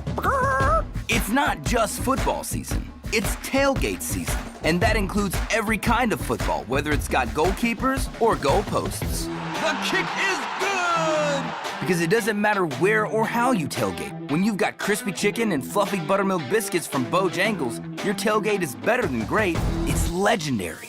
Head to Bojangles and order your tailgate box with boldly seasoned chicken, fixins, biscuits, and legendary iced tea today. It's bow time. Planning a tailgate? Then it's bow time. Bojangles has everything you need for the perfect tailgate, no matter how many fans you're trying to feed. There's the original tailgate, the super tailgate, and for a really big crowd, the jumbo tailgate special. And if you like your chicken off the bone, choose the Supreme's Tailgate Special that includes 12 perfectly seasoned tenderloin fillets. So grab the tickets, get that Bojangles Tailgate Special, and go. It's Bo time. Hello, I'm John Heister for the Heister Automotive Group. And you know, we're constantly looking for ways to serve you better. One of the ways we do that is with something we call a Go-See. And that's where you select a vehicle from our inventory, and we have thousands, and we get one of our product specialists to bring that vehicle to you at your convenience. How do we do that? Well, it's simple. We have a group of employees that are evaluated based on the number of presentations they do. They're glad to do it. So it's just one more way we get off our keister and bring Heister to you. Adam Golden Studio with my man Patrick Day from the Aluminum Company of North Carolina. When I say everything for the exterior of your home, I mean it. So tell me everything that you have for the exterior of my home. There's so many things I can't even remember the entire list. You know, Good it's luck. like thanks for the test here. But windows, doors, siding, roofing, gutters, gutter guards, railings, you name it. We have the exterior home improvement you're looking for. The main thing is we're a one-stop shop, right? So you don't have to call 2 or 3 different contractors if you need your roof done and you need your windows done. You can call one company and have it all done. I like that. French doors. French doors. I like French doors. I can't speak French, but I like French doors. Can I tell you, back in the day, you guys did French doors and every window in a home I used to own. Well, thank you for your business. It was incredible. Can I also tell you that it was done in like 2 days? Is that even possible? It is possible. How do you guys do work that fast? We're good. You're We're fast. good. That's Patrick Day from the Aluminum Company of North Carolina. They do the best work in the industry and the best customer service in the industry as well. AluminumCompany.com. Halloween is just around the corner, but Huluween is here. Hulu is the streaming home to fresh fall releases that'll creep under your skin, like Immaculate starring Sydney Sweeney, FX's American Horror Stories, the new thriller film Hold Your Breath starring Sarah Paulson, and FX's chilling horror thriller Grotesquerie. So snuggle into your couch with a pumpkin spice latte and watch all your scary favorites. Turn your Halloween into Huluween and stream till you scream on Hulu.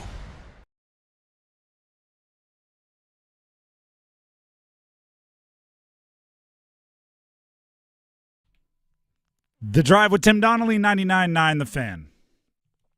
Dennis and I are going to try to keep winning in our ladder competition, which is a gambling deal that we've been doing for the last handful of days. You can try to win some tickets. We have a keyword right now, disturbed. Text that in to 919-860-5326 for your chance to win a pair of tickets to see Disturbed with Daughtry at the Lenovo Center on April 14th. To spell Disturbed, Disturbed. Text that in to 919-860-5326 for your chance to win a pair of tickets to see Disturbed. And then hopefully you'll get to enjoy Disturbed with Daughtry at the Lenovo Center on April 14th. Now it is time for our ladder competition. Let's go ahead and stay on the winning track. Both Dennis and I are going into, what is it, day 3 of the current ladder that we're on, where we basically, I recognize this music. This is the old home improvement music. Get it? Ladders, we're building? Yeah. Oh. Yeah. There it is. Every single day we are trying to hit a likely to win bet, basically minus 500 to minus 1,000. And then we roll over the winnings, and hopefully at the end of the month we'll have the most money possible. Compound interest will make it a whole bunch of money. I hit with Chuba Hubbard over 40 rushing yards. Thank goodness I did 40 because he did not get much more than that. Nope. But even an awful day, that hits. That's the bets we're looking for. On a good day, you would have hit it 2 or 3 times over. Dennis, you were somewhere in the hockey world, right? I was. I did on Friday night the Carolina Hurricanes plus 2.5 goals. I'm sorry, plus 1.5 goals against the Pittsburgh Penguins, and they obviously won that game 4-1. Beautiful. So we're both still alive, Nailed it. not having to re-up, put in more money.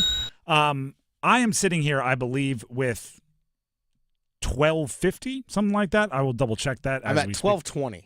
I think it's $12.50. Why don't you go ahead and give your pick for today while I log into my account here? I didn't realize I'd gotten kicked out. Baker Mayfield, 1+ passing touchdowns, minus 900 tonight. We had been there before. Yeah. We talked about that, it, but we never did it. Didn't do it, and then he of course threw he for a threw whole for bunch like of them. 4 touchdowns. That was the Thursday nighter between the Falcons. Oh, I'm sorry, 3 touchdowns that game. My because apologies. Kirk threw for the 4. All right, so if that hits, you'll have a certain amount of money. Go ahead and place it. It is Baker Mayfield over 1 touchdown pass Just today? 1+. As it continues to log in for me. I know what I'm going to press. Okay. I know what I'm going to pick. Derrick Henry, 50-plus rushing yards versus Tampa. Okay. Derrick Henry, rushing yards by game. He kind of had the stinker to start things off.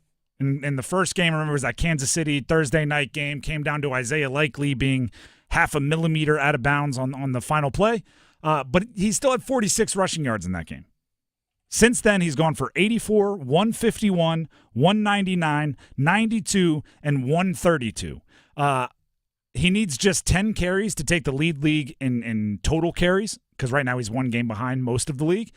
He already leads the league in rushing yards, despite being a game behind most people in the league. So I think he gets, his 20 carries, whatever it ends up being, and he averages at least 5 yards a carry, which would get him to 50 yards, and he's probably going to get 20 carries, and then, all he has to do is average 2.5. He might get that on the first drive. I would love it if he got that in the first drive. Let's call it what it is. By the way, now my account is finally loading up here. I did take Chuba Hubbard 40-plus rushing yards. I won, which leaves me with $12.50. So I will be rolling over the entire $12.50 onto Derrick Henry over 50 rushing yards tonight, Monday Night Football, and hopefully that will hit. And then tomorrow we'll do it all over again. Oh, no, wait, I actually can't do that anymore. Oh, you can't? The odds have dropped to minus 1,100. It was minus 900 earlier today. Oh, well, now you can't do it. I'll have to find a new one. Oh, no, this is an issue. I'm going to have to do it I may have to come back after the next commercial break because I got to figure it out. On the fly thinking here. On the fly thinking. Chris Godwin over 40 receiving yards? It's possible. I don't like that. I think Lamar Jackson is like a minus 600 or minus 700 to throw a touchdown. All right, we might be able to roll with that. I think he's likely to throw a touchdown. He's minus 600. I'll go Lamar Jackson minus 600 to throw a touchdown. There you go. And I don't necessarily love it because I just came up with it on the spot. And on top of that, I don't know what's going on my computer. It says I'm not in a location where betting is available. I am 100% in a location where betting is available. You sure? Is betting not allowed in North Carolina anymore? Did something happen in the last Am I doing 10 minutes? this show from another state? I'll have to figure this out during a commercial. So I will either be going with Derrick Henry over in some form of rushing yards or Lamar Jackson 1+ passing touchdown. I will figure it out and get back to you because my computer's being weird. Maybe I'll do it from my phone during the commercial. Either way, $12.50 will be bet on something, and hopefully it'll win, and then tomorrow we'll do it again. I will update you on what it ends up being. The Drive with Tim Donnelly, 99.9 The Fan. Does this happen to anybody else? I feel like this has been happening a lot recently with my gambling habits. Let's jump to the podium. Let's get something we know works. The podium. Every week, we look at the previous weekend, and we give a gold medal, a silver medal, a bronze medal, and someone is off the podium to the 4 teams from the state of North Carolina that are in the ACC. Not everybody gets a trophy. You got to earn your way up the podium. Off the podium, UNC. This is by default. You had a bye. Hey, you didn't play. You had a bye, so you couldn't win by much. And the only way you were going to end up on the podium is if someone else really stunk and there wasn't that happening.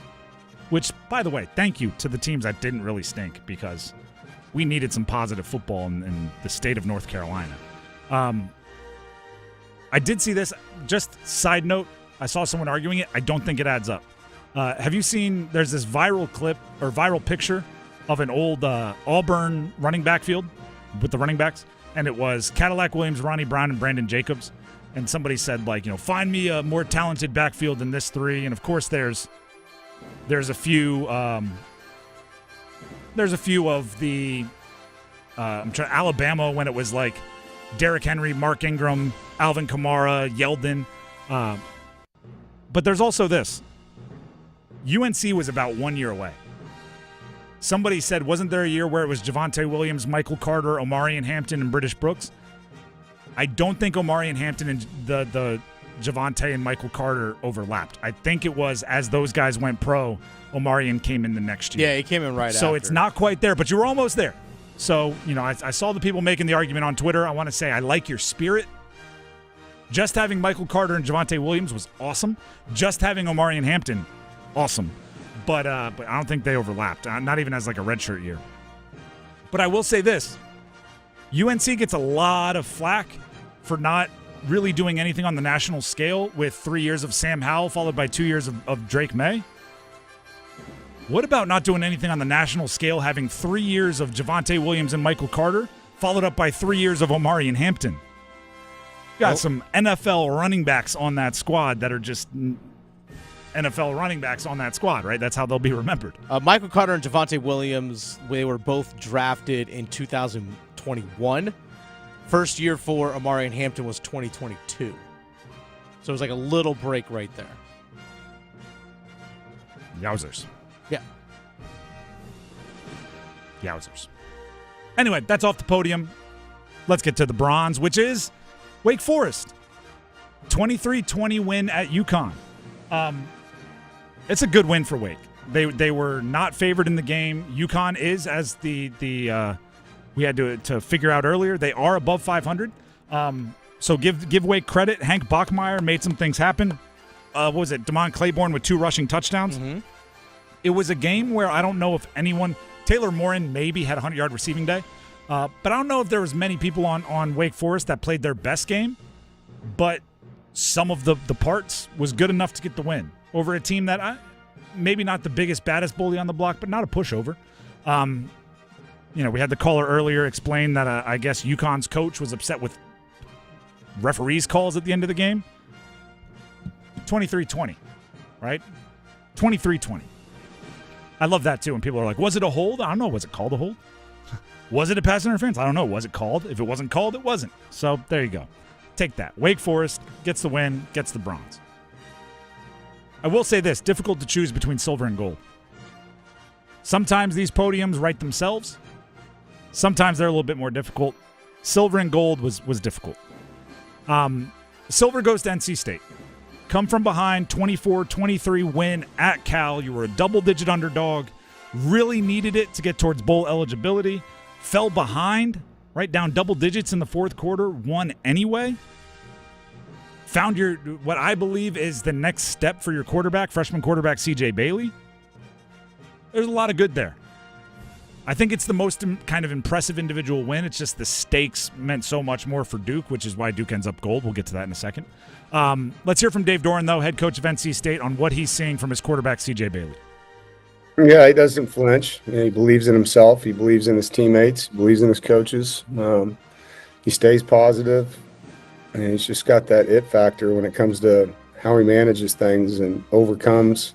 Even when he makes a bad play, it doesn't rattle him, and it's tough. I mean, he's going to be a hell of a player, and he's tough. And even in the first half, I mean, he was 11-13. We didn't have a lot of points, but he was doing a good job, and getting used to what they were doing on defense. And that's a good defense. I mean, they're only giving up 17 points a game. One of the top defenses in the country with takeaways, and I thought CJ really played well today. I thought he really played well also. I think that's the thing you walk away with. A win, and CJ Bailey's a dude. Now you rally around him, you build your offense around him, and you see what you can have moving forward. And then Duke gets the gold. 23-16 win over Florida State at home. A few things about this. Congratulations to Duke, you're bowl eligible. I made it, again, we've already adjusted the actual expectations for this year, but preseason I said it is bowl eligibility or bust for Duke. They got it in their first 7 games. That deserves credit. Also, they won a game against Florida State. Yeah. Duke had never done that. Never. Ever. That's literal. They were 0-22 in their school's history at football against Florida State. They are now 1-22. Is it equal? No, but it's one step in the right direction. You won. Let's go ahead and cut the music here. There's the podium, but let's keep talking about this Duke-Florida State game a little bit here. Was it pretty? No. Duke was ahead 17-3, and the gap closed all the way to 20-16. But I seriously want to ask, are we really going to nitpick a win for Duke over a team that was 22-0 over them in history? The defense was awesome. The defense forced a turnover on 3 consecutive plays in the first half. That is hilarious. That is like borderline ruining the rhythm of your own defense. You go out there, get a pick six. All right, cool. Defense gets to go right back out right after the kickoff. They go out there, fumble recovery. All right, you go back out for the next possession. Let's go. Interception. First play. Bing, bing, bing. 3 consecutive plays. That is absurd. Malik Murphy threw for 70 yards. 70. The entire offense was essentially one 44-yard run by Star Thomas. That was like the long and short of it. Jordan Moore, who I think is one of the best wide receivers in the conference, had 1 catch for 10 yards. But it was enough to win. And guess what? This is like my American history thing, right? The winners write the histories. The winners write the histories.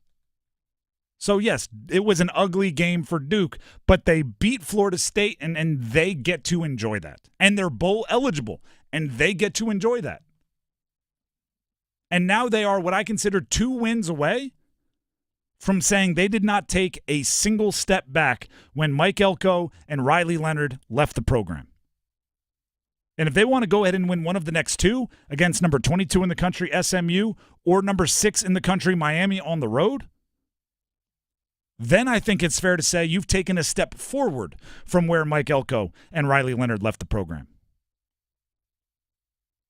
And you still have at State versus Virginia Tech at Wake Forest to close it out. There could be a special season here for Duke. And again, we talked about it with C.J. Bailey at State. We talk about it in college sports.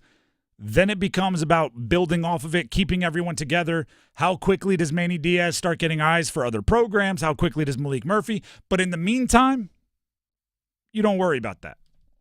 In the meantime, right now, you enjoy bowl eligibility through 7 games for Duke football.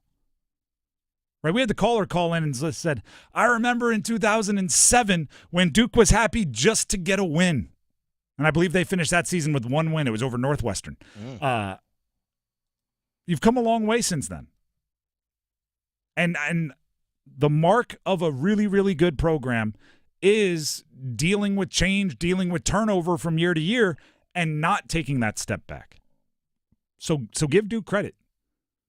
I don't know if it was the best win in the world, but with the stakes, with the history, with the schneid you were trying to get off of against Florida State, with the intimidation and everything else, I give them a lot of credit.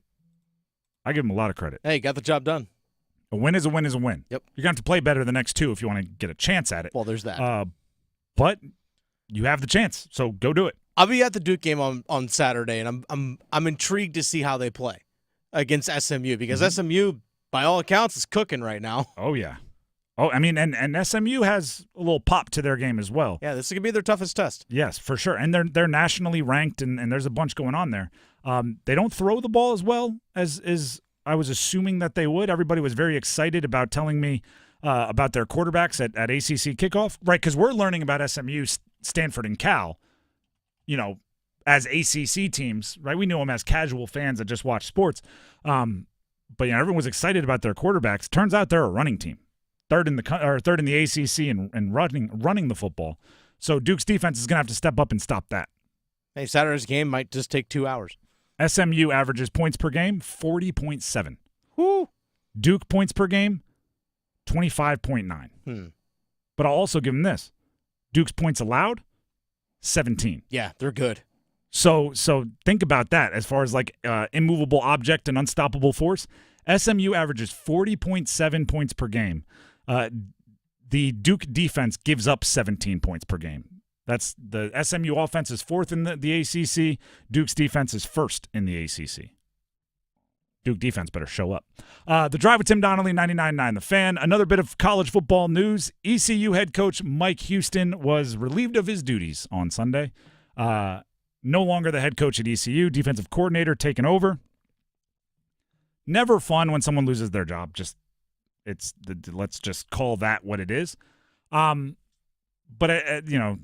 when the writing is on the wall, sometimes it just makes sense.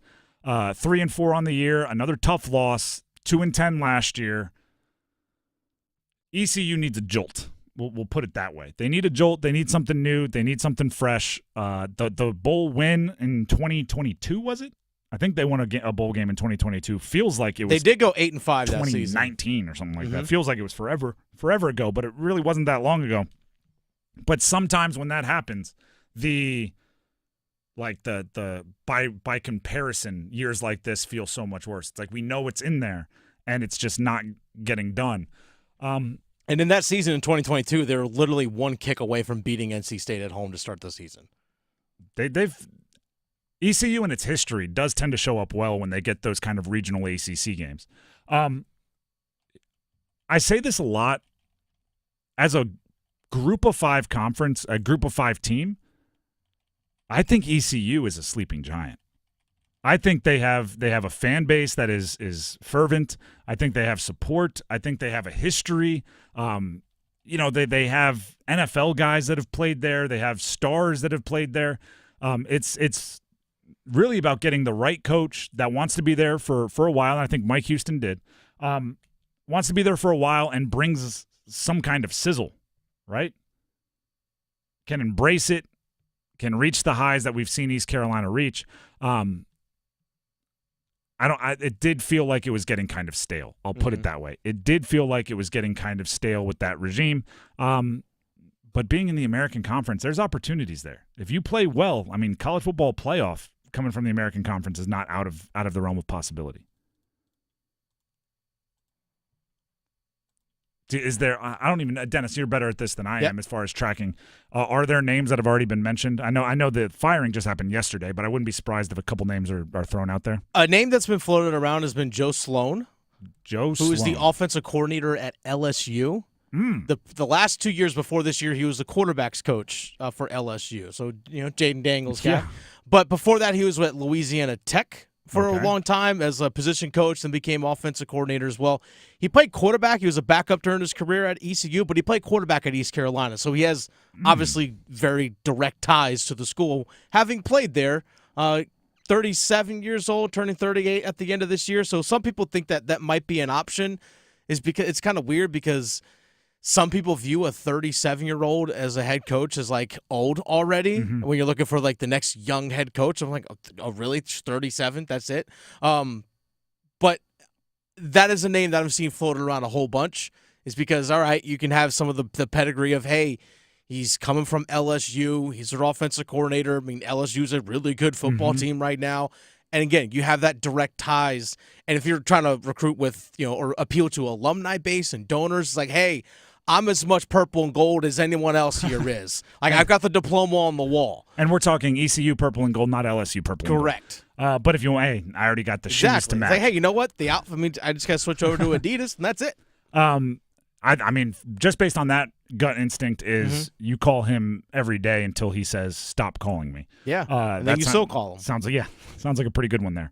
But they'll hopefully be able to build on something and find a way to reach some of the heights we've seen in the past. But Mike Houston out at ECU. The Drive with Tim Donnelly, 99.9 The Fan. Before we move on, Tim Donnelly here for Window Nation. You can hear my voice probably a little scratchy, right? You know what that means? It happens every year. It means the weather's getting hot and cold and hot and cold and hot and cold, and my throat's going, I don't like any of this. Your windows might not like any of this either. Tim Donnelly here for Window Nation. Test drive your windows right now. Right when sometimes it's more simple than you think. Justin from Window Nation came into our house, gave us the full presentation. We learned so much about windows, so much about how they impact our energy bill, how much they can increase the value of our house, how much they can make rooms that at one point in time weren't livable more livable.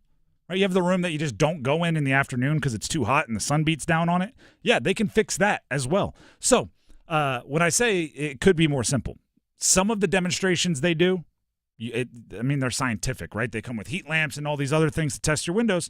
Some of them they just walk to part of your house, open the window and shut the window to see if it opens correctly, if it stays open, if it's hard to open, if they see condensation, if there's moldy residue anywhere, if there's cracks or peeling of any of the caulking or the sealant. You can do that, right? Do it right now. Walk around your house, open and close all your windows, see what you notice, and you might just walk away going, that can't be good. And if that's not good, call Window Nation. Buy 2 windows, get 2 windows free, plus pay nothing with no interest for 2 full years. That's buy 2, get 2 windows free. No limit on how much you can save there. 96% of windows Require no follow-up service, 96% customer satisfaction rating, 50-point inspection on every window before it leaves the factory, lifetime warranty. This is all about giving you comfort and peace of mind. So give them a call, set up your own free, no-obligation consultation, 866-90-NATION. That's 866-90-NATION. Or visit windownation.com to schedule. You will not be sad that you did. Once again, windownation.com to schedule. The Canes played 2 games over the weekend. They beat Pittsburgh. They lost to St. Louis. I think the list of good things for the Canes far outweighs the bad. Stick around. A torn ACL, stress fracture, aching back, a hip that's had it, life on hold, and all you want is to get it back. Enter Wake Orthopedics. Our fellowship-trained orthopedists do it all. General, sports, pediatric, joint replacement, fractures, spine, prevention, advanced diagnostics, progressive treatments, minimally invasive procedures, surgeries, and more. Visit wakemed.org/wakeortho and get back your life. Hey, what do you say? John Forsland here from my friends at Buffalo Brothers. I live and work on both coasts, travel the country, and there's nothing better than Buffalo Brothers. The best wings on the planet and half-price appetizers Monday through Friday, 4:30 to 6. Visit all 5 Triangle locations and ask for their great daily beer specials. And how about this special? Every Sunday, they have $6 Bloody Marys and $6.50 Jamesons. Dine in, carry out. BuffBrothers.com. Aw, man, now I want wings. Military veterans and active duty service members, you could become a certified cyber warrior with just 12 weeks of training at My Computer Career. Cybersecurity specialists are in high demand, and IT pros with these skills often enjoy abundant opportunity and a great lifestyle. Protect our people, liberty, and treasured institutions from cyber threats. GI Bill, SkillBridge, and other VA benefits are available to those who qualify. Learn more at mycomputercareer.edu/CWP. That's mycomputercareer.edu/CWP.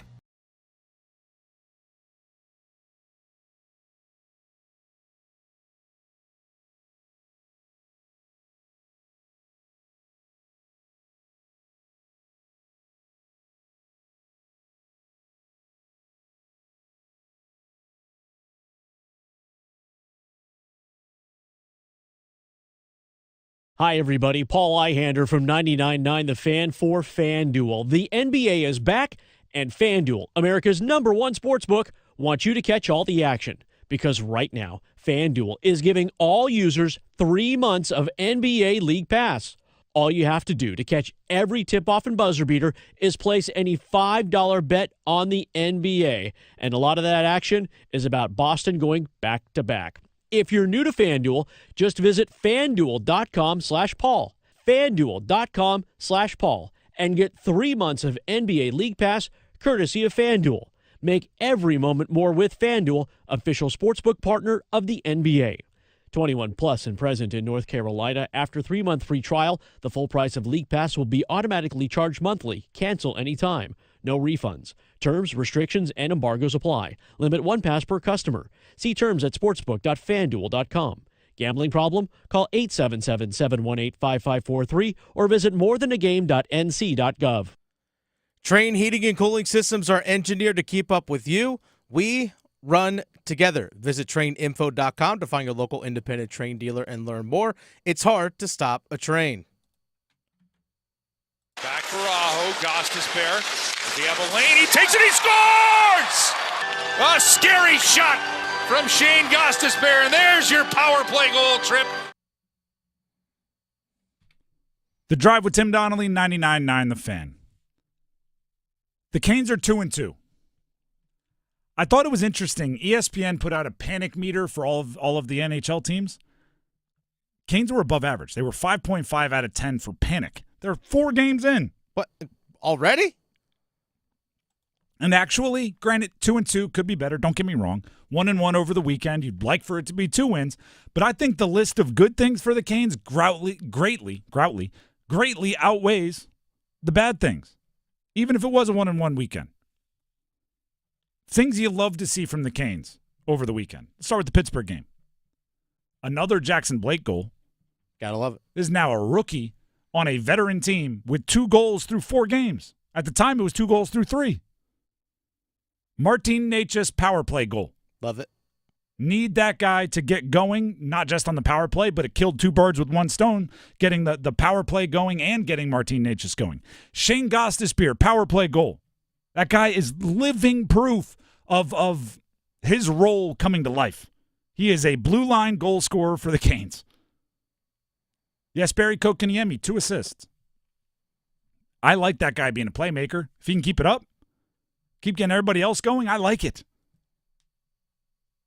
I like that they didn't panic in the Pittsburgh game after going down 0-1 early in the first period. I like that. I like Freddie with a 96% save percentage. Love it. Freddie's starting the season a little hot. I like it. St. Louis game. I love a Svech Aho Jarvis combining for a first period goal. Svech that was his best game by far. I ready for this next one? Go on. Svech. Yeah. Literally in my notes, it just says Svech with an exclamation point. He had a few of those moments, and I'll even give you this. I like the fight he showed at the end of the game after the buzzer. I don't love the fighting always kind of rubs me the wrong way, but I love that it was Svech, right? If you're going to be the big bad bully for your team, you got to back it up. By the way, another Gostisbehere power play goal. His role, perfect. He has 3 goals in 3 straight games now. 2 of them on power play. That's right. After we kind of asked for the power play to get going, Gostisbehere said, don't worry, I got you. 3 of the last 7 power play. Last 2 games, 3 of 7. 3 of 7. I like that. I love it. Roslovic, second goal Mm-hmm. of the year already. From not the most advantageous kind of, he's not the one getting set up the most. That's what I'm trying to say there. He had a bad turnover that led to a goal against We're St. Louis. getting there. Okay. We're getting there. We're just doing the good now. Okay, doing all the good. Got it. Battling back from down 3-1 to tie at 3-3 before losing. There's a lot of good in those 2 games if you watch them and you're looking for it. Now, let's get to the things we didn't love to see from the Canes over the weekend. We could throw in a Roslovic turnover here or there. Yeah. Still waiting on Sean Walker's first points. Yeah, it's weird because he's not playing on that second power play unit. Which obviously takes away a bunch of opportunities there.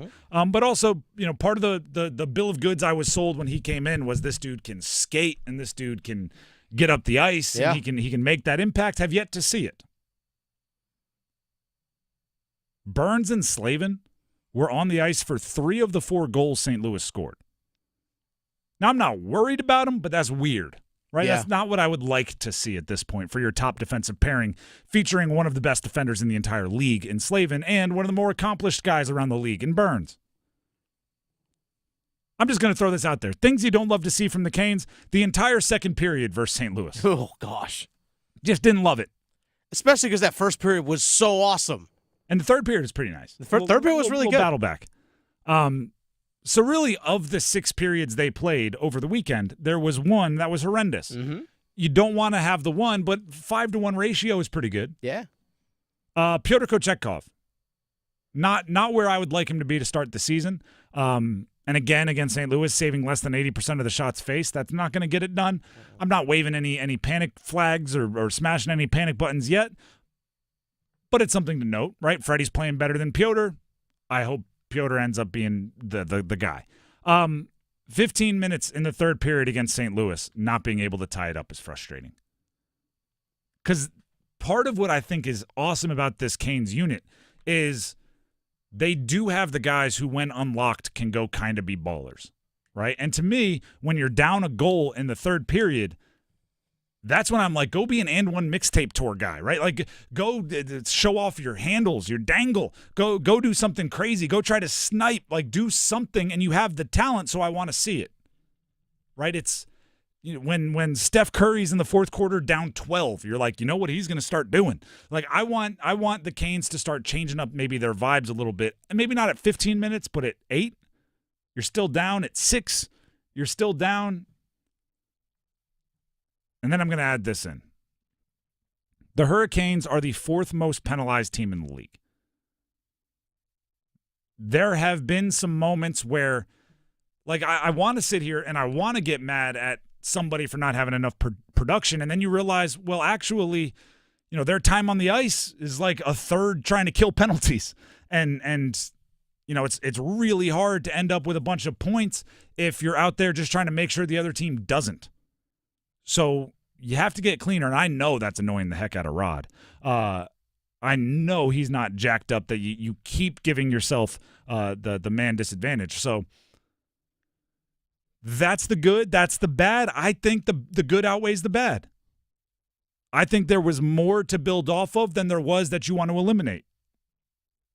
With that being said, you're going to have to build off of the good, and there's still things you're going to have to eliminate. You're not a finished product, but nobody is going into your 5th game of the year. Nobody is coming out of a very strange first 4 games. And now you're on the road for a whole bunch of time to figure it out, starting with tomorrow at Edmonton, which is not always the easiest thing to, no. It's not a get-right game, if you catch my drift there. But it's still another opportunity for you to figure some things out. Over under on that 6.5. They're expecting some. That's a standard NHL bet line. I'm thinking 6.5. I'm thinking a little higher on that. It might be a 4-3 game. Or even a 5-3 type game. 5-4. Edmonton is favored, but they're at home, so it's all good. And they have that Connor McDavid guy. Connor McDavid, 1 goal on the season thus far. Leon Draisaitl. Yeah, but it's only a matter of time.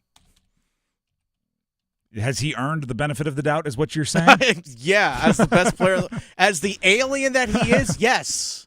Yes, he has. 1 goal, 5 assists. You're saying that's not going to be the ratio? I will say this, though. Overall, 4 games played, 3 of them overall, Canes have played well.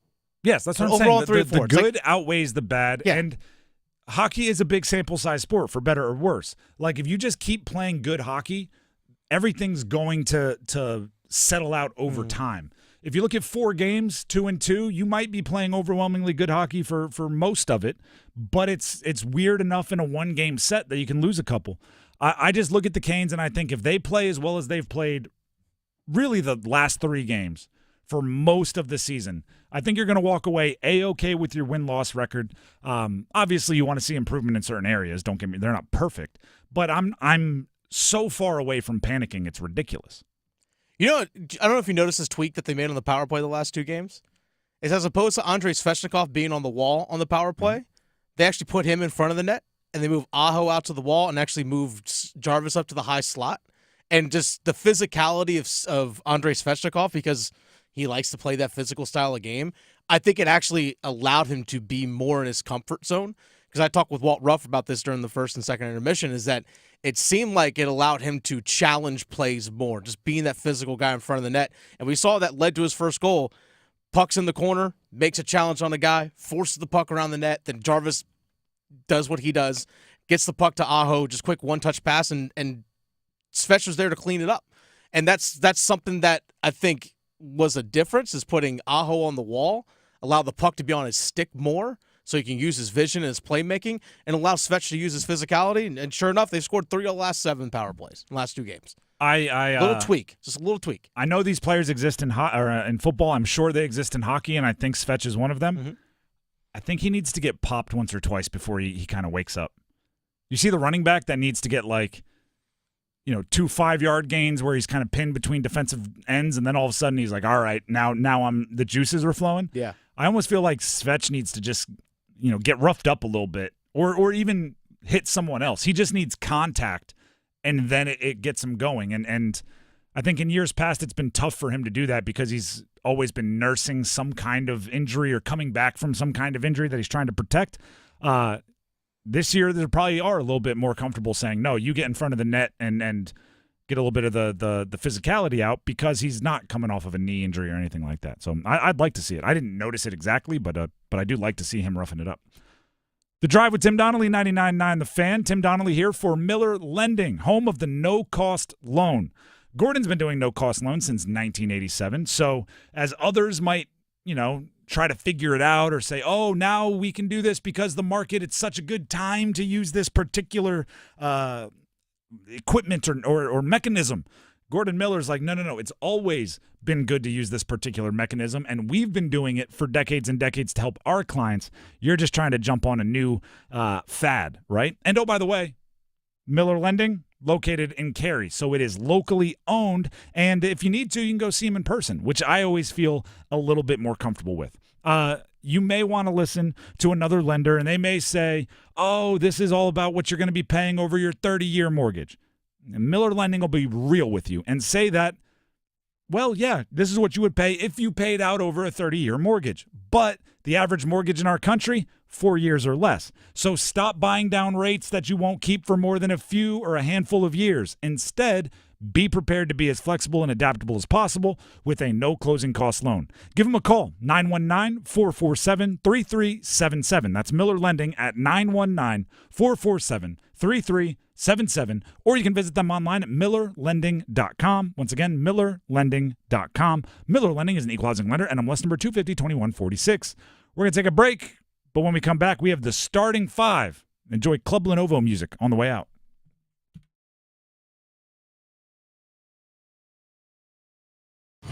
Football is on the menu tonight. Showtime, prime time. And we're dishing up a clash of conferences. Hot dog, man. It's Baltimore and Tampa Bay. Dominate on 3, 1, 2, 3, dominate. Pregame starts at 7:30. Kickoff at 8:15. Put up or shut up time. The NFL on 99.9 The Fan is brought to you by Wake Med. Here we go. 99.9 The Fan, the Triangle sports leader. Monday night, you gotta feel it.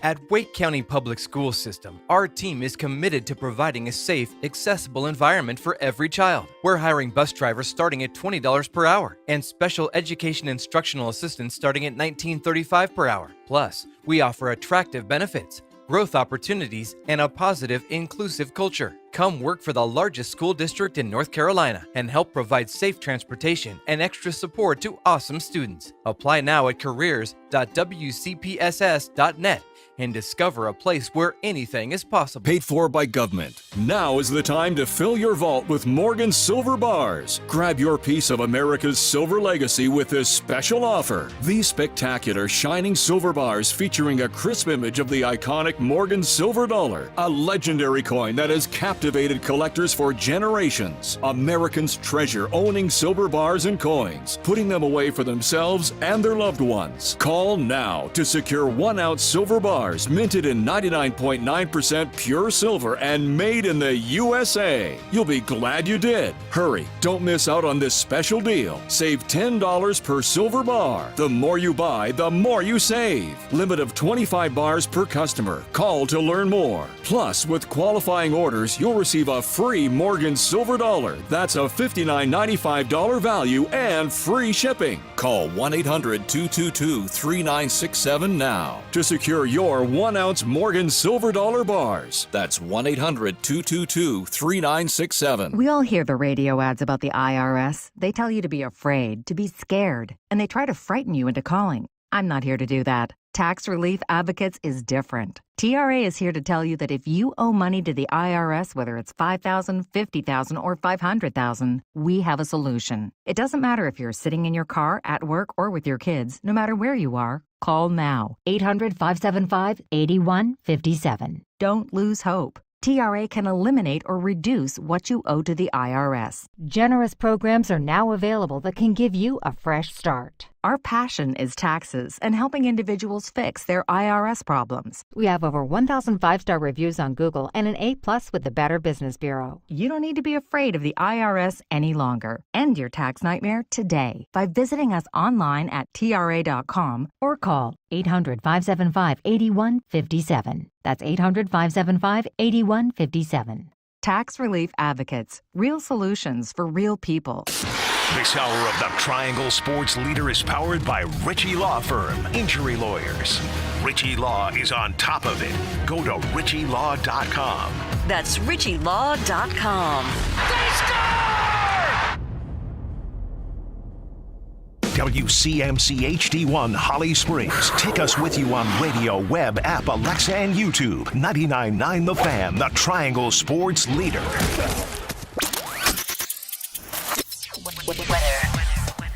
I'm WRL meteorologist Amy Wilmoth. It's a beautiful day out there today. Plenty of sunshine with temperatures in the 70s. Clear skies overnight tonight, and it will turn chilly. Temperatures will get down into the mid to upper 40s tonight. Another sunny day on the way Tuesday with high temperatures in the mid to upper 70s. Weather update brought to you by Newcomb & Company, where your comfort is their business. Visit newcombandcompany.com. 5 o'clock check of your money. Dow Jones today down 344 points to 42,931. Market update brought to you by Lewis Black's Goodbye Yeller Brick Road, the final tour at DPAC on October 25th. Tickets available at dpacnc.com. Again, dpacnc.com. This hour of the drive brought to you by Zero Res. Celebrate the spooky season with Zero Res. Get 3 rooms of carpet clean with Zero Res starting at just $119 and get a free dryer vent cleaning with the purchase of an air duct cleaning. Book online at ZeroResRaleigh.com. It's 5 o'clock. Time to serve up the biggest sports stories of the day. Here comes your starting 5. The Drive with Tim Donnelly, 99.9 The Fan. Follow us on YouTube. Subscribe to us on YouTube, I should say. 99.9 The Fan. We have some cool ideas percolating in the background for our YouTube subscribers. So if you want to be a part of those cool ideas, go subscribe now. 99.9 The Fan on YouTube. Without further ado, it's time for the starting 5, starting with number 5. 1, 2, 3, 4, 5. The World Series is set. Happily predicted by yours truly. Well, I'm also correct. I was talking about next year's World Series for the Mets. Because, see, Vientos had his coming out party this year. Uh-huh.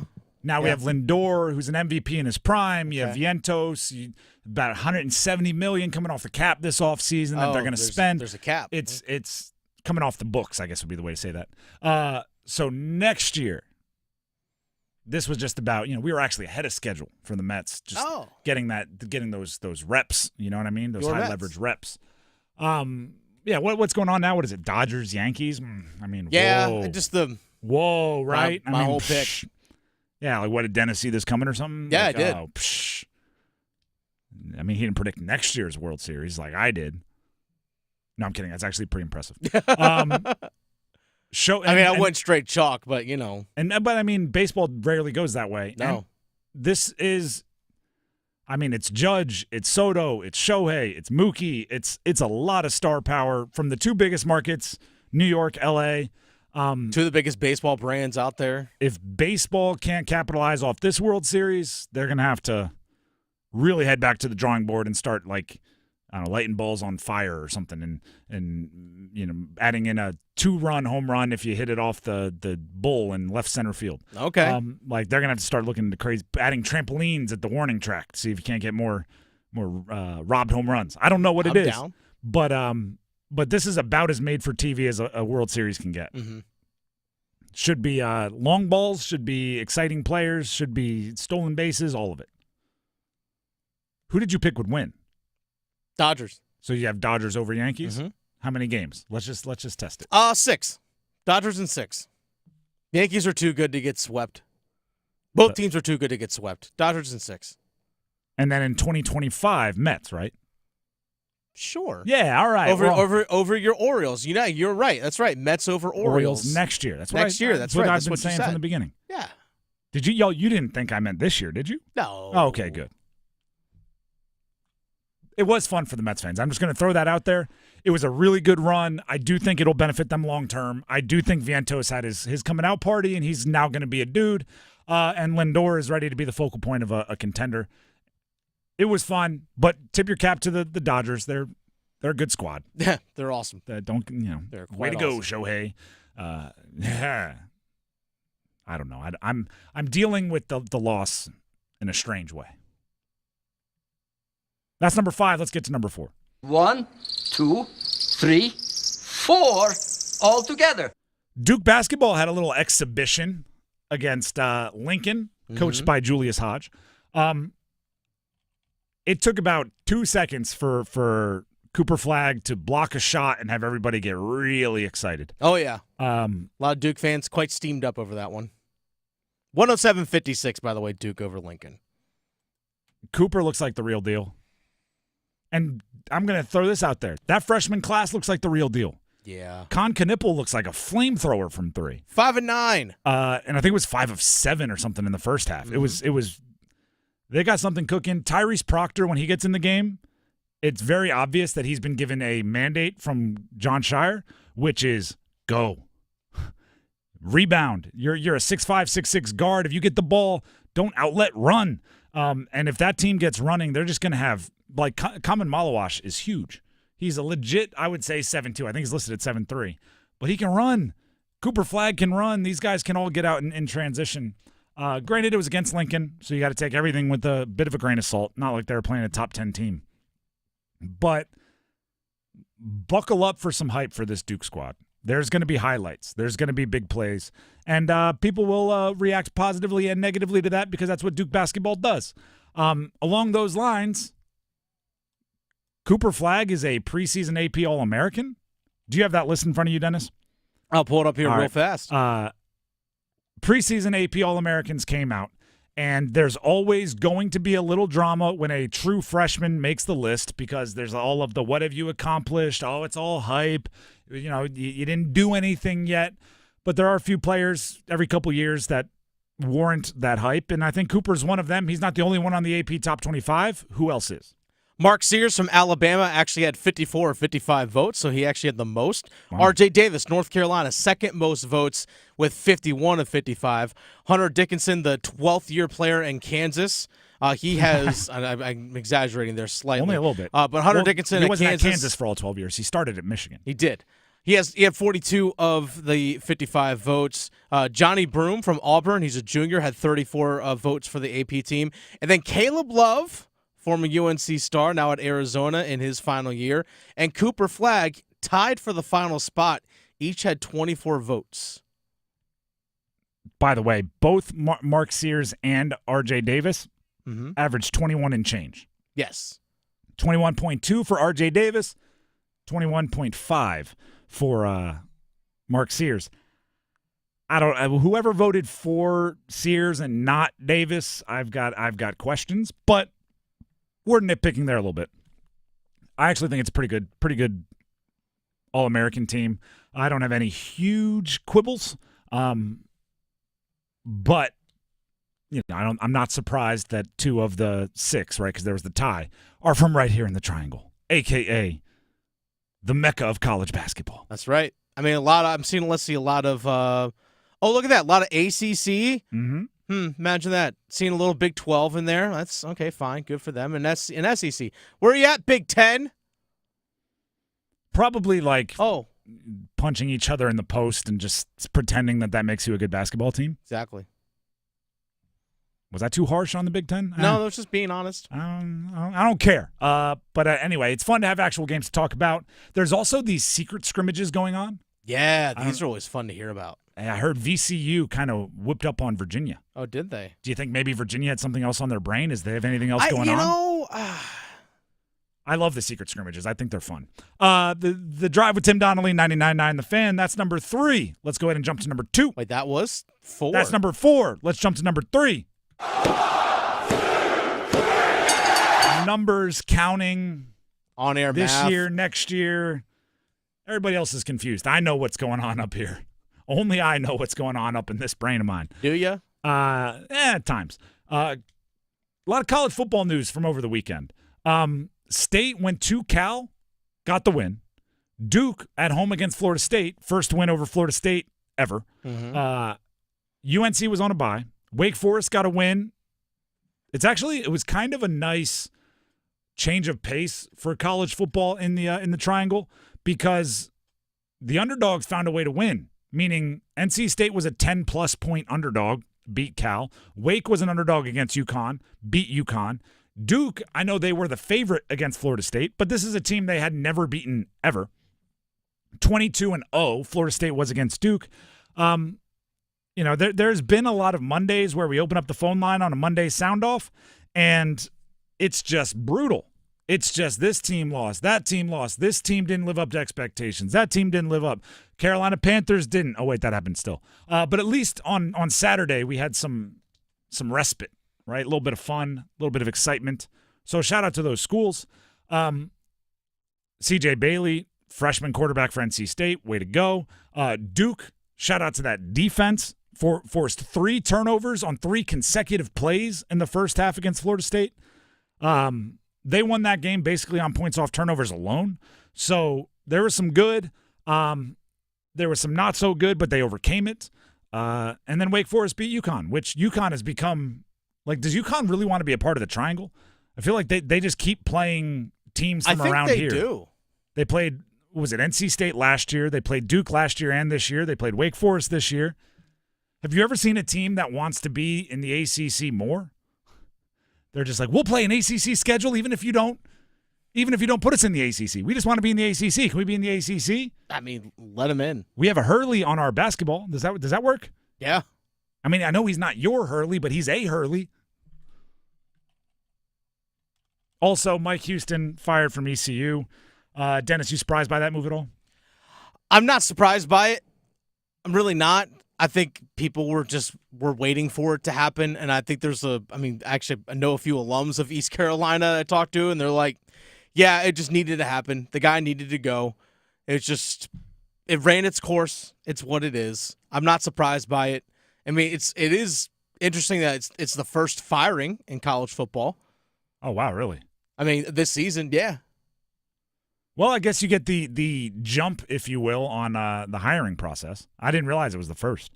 If you are looking at the American football standings, ECU at 1-2 was middle of the pack. Army and Navy, they're kind of getting it done. Yeah, Army and Navy in the American Conference combined are 13-0, 10-0 in the conference. That's going to get a lot of people in the American, like the other schools, really bent out of shape, right? If you are that far behind a service academy, it is going to be tough for you because they have so many other difficulties that they have to overcome to put a football team together. If you can't beat them, jobs are going to be at least talked about.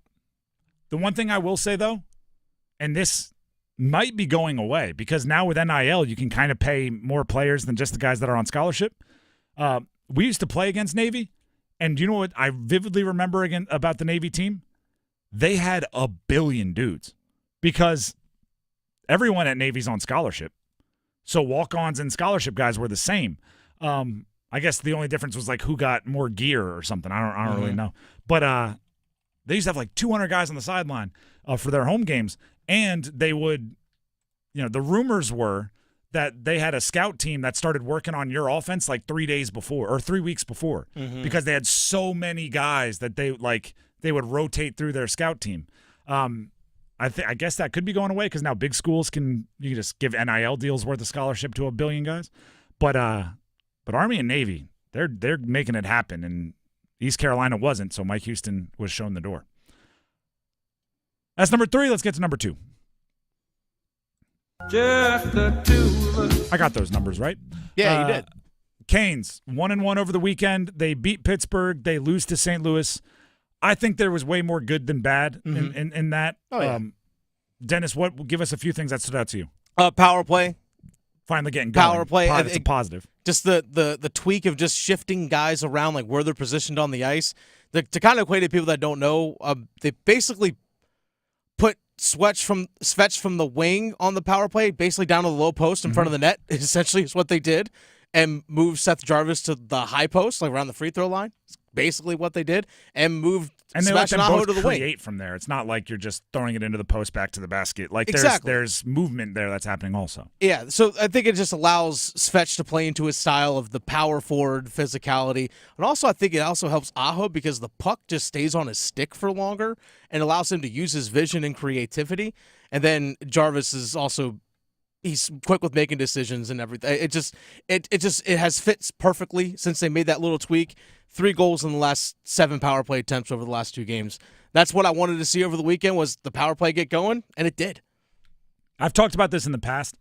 Power play, Aho, it feels like the cheesy moment in a sports movie where like whoosh and like tunnel vision, where it's like tick, tick, tick, tick, tick, tick, tick, tick. Then he gets it on his stick and all of a sudden it's like whoosh and slow and everybody sees it. So anything that can lead to him with the puck on his stick and other guys reacting and him distributing, I mean, that's why Aho is Aho.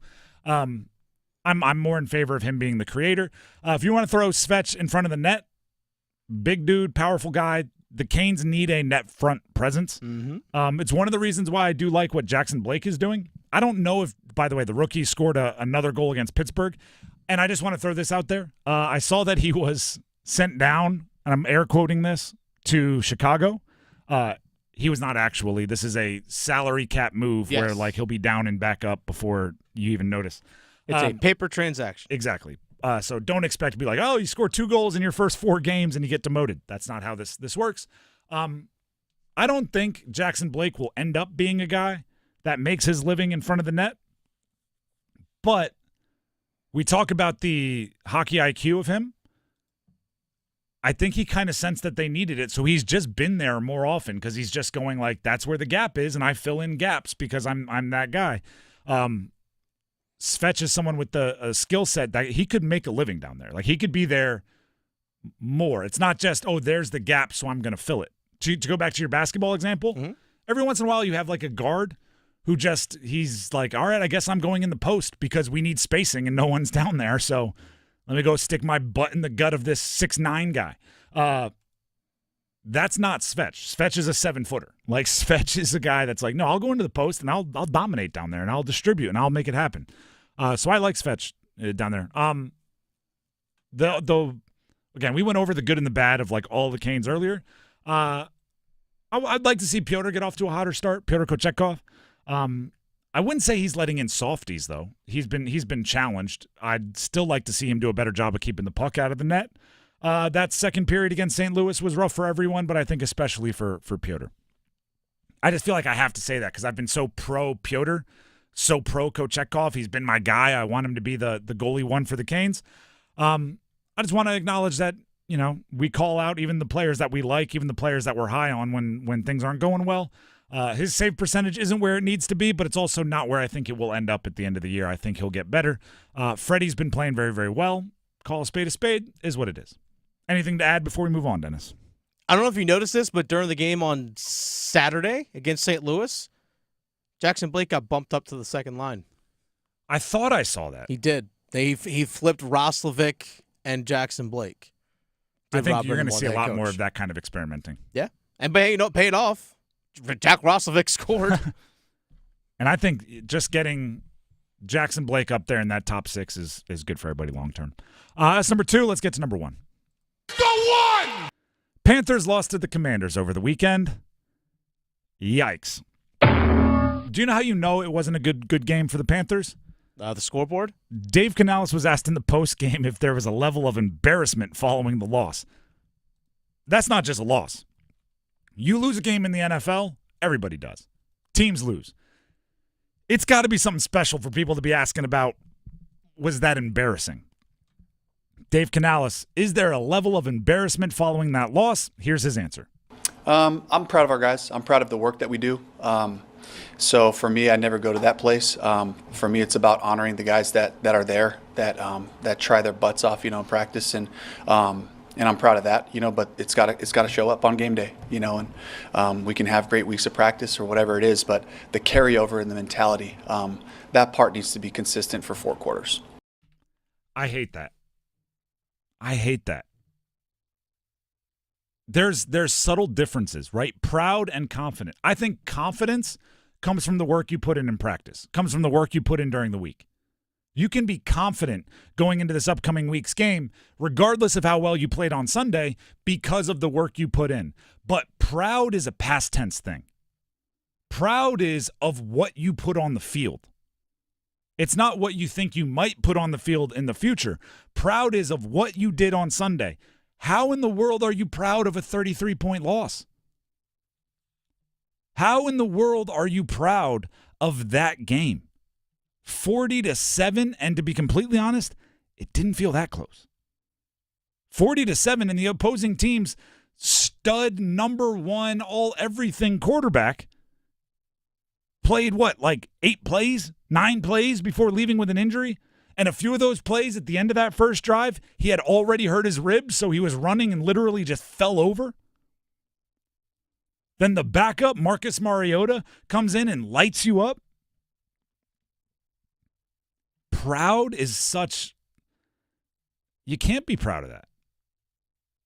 Like, it's the gift and the curse of professional sports, of sports of any kind, is they do keep score. So we can all look at the scoreboard. We can all check our phones in the app and see what you put on the field. Right? There's a whole bunch of professions where they don't do that. Right? There's no like plumbers that come home like, we lost 9-7 today. The toilets won. Like there's none of that. And no, like I'm not disrespecting plumbers at all. I'm just saying there's no big scoreboard that everybody else gets to watch. You can't lie to us if you're a professional coach because we just watched the game. We have the app with the stats. You're proud of 40-7? You're proud of 40. You can say I was proud of the work we put in. I ain't proud of the product we put on the field. Do you know what Andy Dalton's QBR was? I'll give everybody a guess. And now that you've made the guess out loud, I'm going to say lower. Oh, okay. I was going to say something in the single digits. Yeah. Bottom half of the single digits. Oh, wow. Okay, I was going to say 7. But... 3. Oh. His QBR that was high, huh? 3. And his coach just said, I'm proud of the guys that are out there working their tail in practice. That's no. There has to be some kind of professional accountability that you know that's not good enough. And I talked about this with the caller earlier. I've talked about this in the preseason. I talked about this during their first rough stretch, the first 2 games of the year. I'm not sure how Dave Canales plays, how his shtick plays in the face of adversity. I get he is an optimist bully, according to Baker Mayfield. I get that he is the walks in every day. I just can't wait to play football. I love what we get to do. This is all great. I feel great about playing football right now. He's the guy that's excited about setting up tackling dummies. Like, I get that. When you lose 40-7, when you are on track to be the worst defense in the NFL, not just this year, but in decades, second worst in the history of the NFL, that's what you're on pace to be. The second worst defense when it comes to allowing points per game in the history of the NFL, and it's getting worse. You give up 40 points. It's getting worse. I guess defense might be the wrong way to say that because, some of those points were scored against the offense. Well, they're averaging 33.8 coming in, so if you take away the pick 6, all right, then 33. So on pace. It's disingenuous, and I think it is frustrating to pretend you are proud of that. Dave Canales was asked, where do you go from here? And here's his answer. I'm going right back to the fundamentals. I have to look at the film. We got to just attack those things and just be honest about it like we've been. And, just show the breakdowns of the play, show the breakdowns of the offensive failure. Part of that's on me. Part of that's just allowing them to just hammer our core of our principles, not keeping them off balance with certain things. And parts on the players with execution, just the basic parts of what we're trying to get done. And we can't have people running in the backfield on runs. That's not who we are. That hasn't shown up that way in any of the games we've played. Scheme, execution, predictability. Isn't that kind of like a basketball coach going, well, we're not good at putting the ball in the hoop, stopping them from putting the ball in the hoop, or anything between the 2 hoops? The offense for Dave Canales has leaps and bounds to go. And he was brought in as an offensive mind. So I don't feel like I'm being overly critical. Like, this is what you're supposed to do. If you go to a steakhouse and you order the tofu or the seafood, all right, if you struggle with it, cool. If you go to a steakhouse and you order the steak, I'm going to be much more expecting of something delicious. I went to an offensive head coach. The offense has been terrible. I'm going to be much more expecting of something better than that. Darn sure not expected to be proud of, like, well, we tried our best. If it's a little overcooked and chewy, we busted our tail back there in the kitchen. I'm going to be going like, you're proud of that? This is a steakhouse, buddy. The Drive with Tim Donnelly, 99.9 The Fan. Goodness gracious. Let's go ahead and have some fun. Let's go ahead and play the numbers game. How's that sound? What do we have to give away here today? We have a pair of tickets to the Xfinity 500 at Martinsville Speedway on November 3rd. Yeah. How cool is that? Call in right now. To compete for the numbers game, we need 2 contestants. The number to call is 919-860-5326. That's 919-860-5326 to play the numbers game and potentially win a pair of tickets to the Xfinity 500. That's coming up next. Don't go anywhere. The Adam Gold Show. I don't know what it says about football in the state of North Carolina, but there isn't an FBS team other than Duke that is having even an okay year. I mean, maybe Charlotte's having an okay year. I didn't think that program was in good shape, but at least they're 3-3, and they just beat ECU by 31. What is going on? Maybe this is just the way it is. The Adam Gold Show, weekdays starting at noon on 99.9 The Fan. It's Tim Donnelly for Window Nation. It's getting cold. Your heating bills are on the rise, and your house's old and damaged windows are letting all of that heat and your money go right out the window. Good thing there's Window Nation. Right now, buy 2 windows, get 2 free. Plus, pay nothing for 24 months. You'll love your windows like Albert, who says great value, great product, and great customer service. Hurry, sale ends October 31st, so schedule a fast in-home estimate right now at 866-90-NATION or at windownation.com. Breaking news, and this one is almost unbelievable. Yeah, it's all about new customers at Bet365 because they get $200 in bonus bets when they bet $5.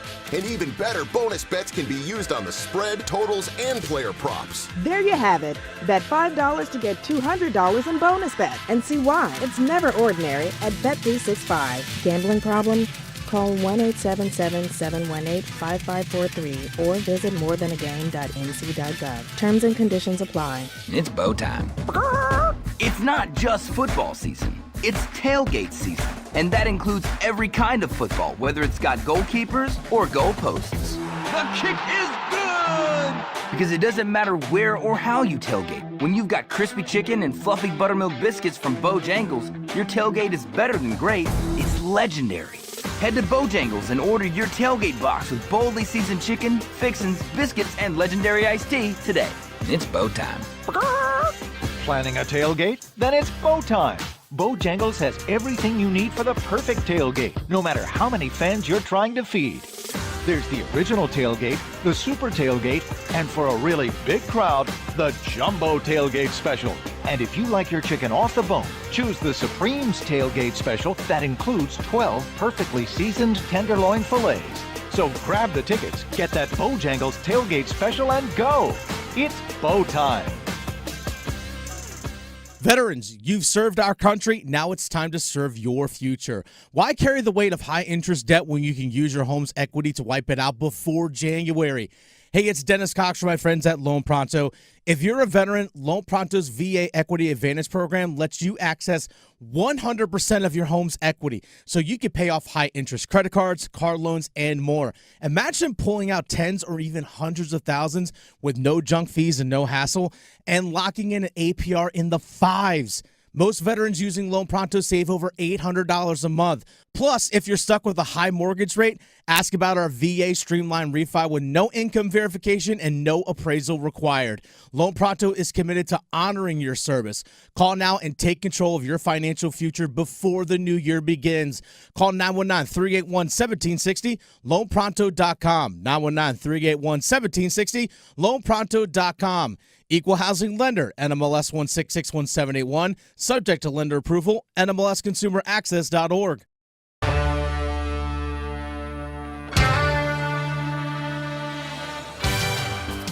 The Drive with Tim Donnelly, 99.9 The Fan. It is time to play the numbers game.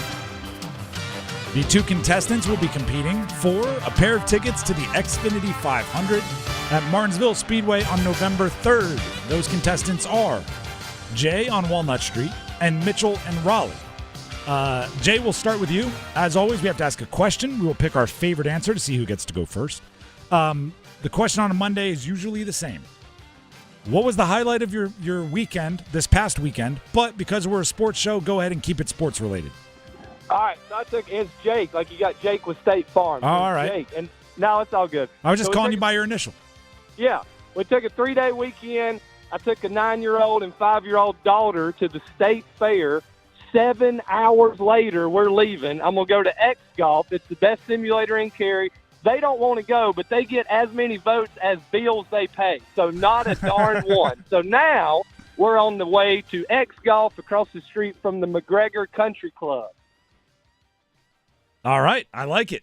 Appreciate the details there. Dennis, you got that? Any clarification questions you need? Nope. All right, we'll go to Mitchell in Raleigh. Mitchell, you're up next. What was the sports highlight of your past weekend?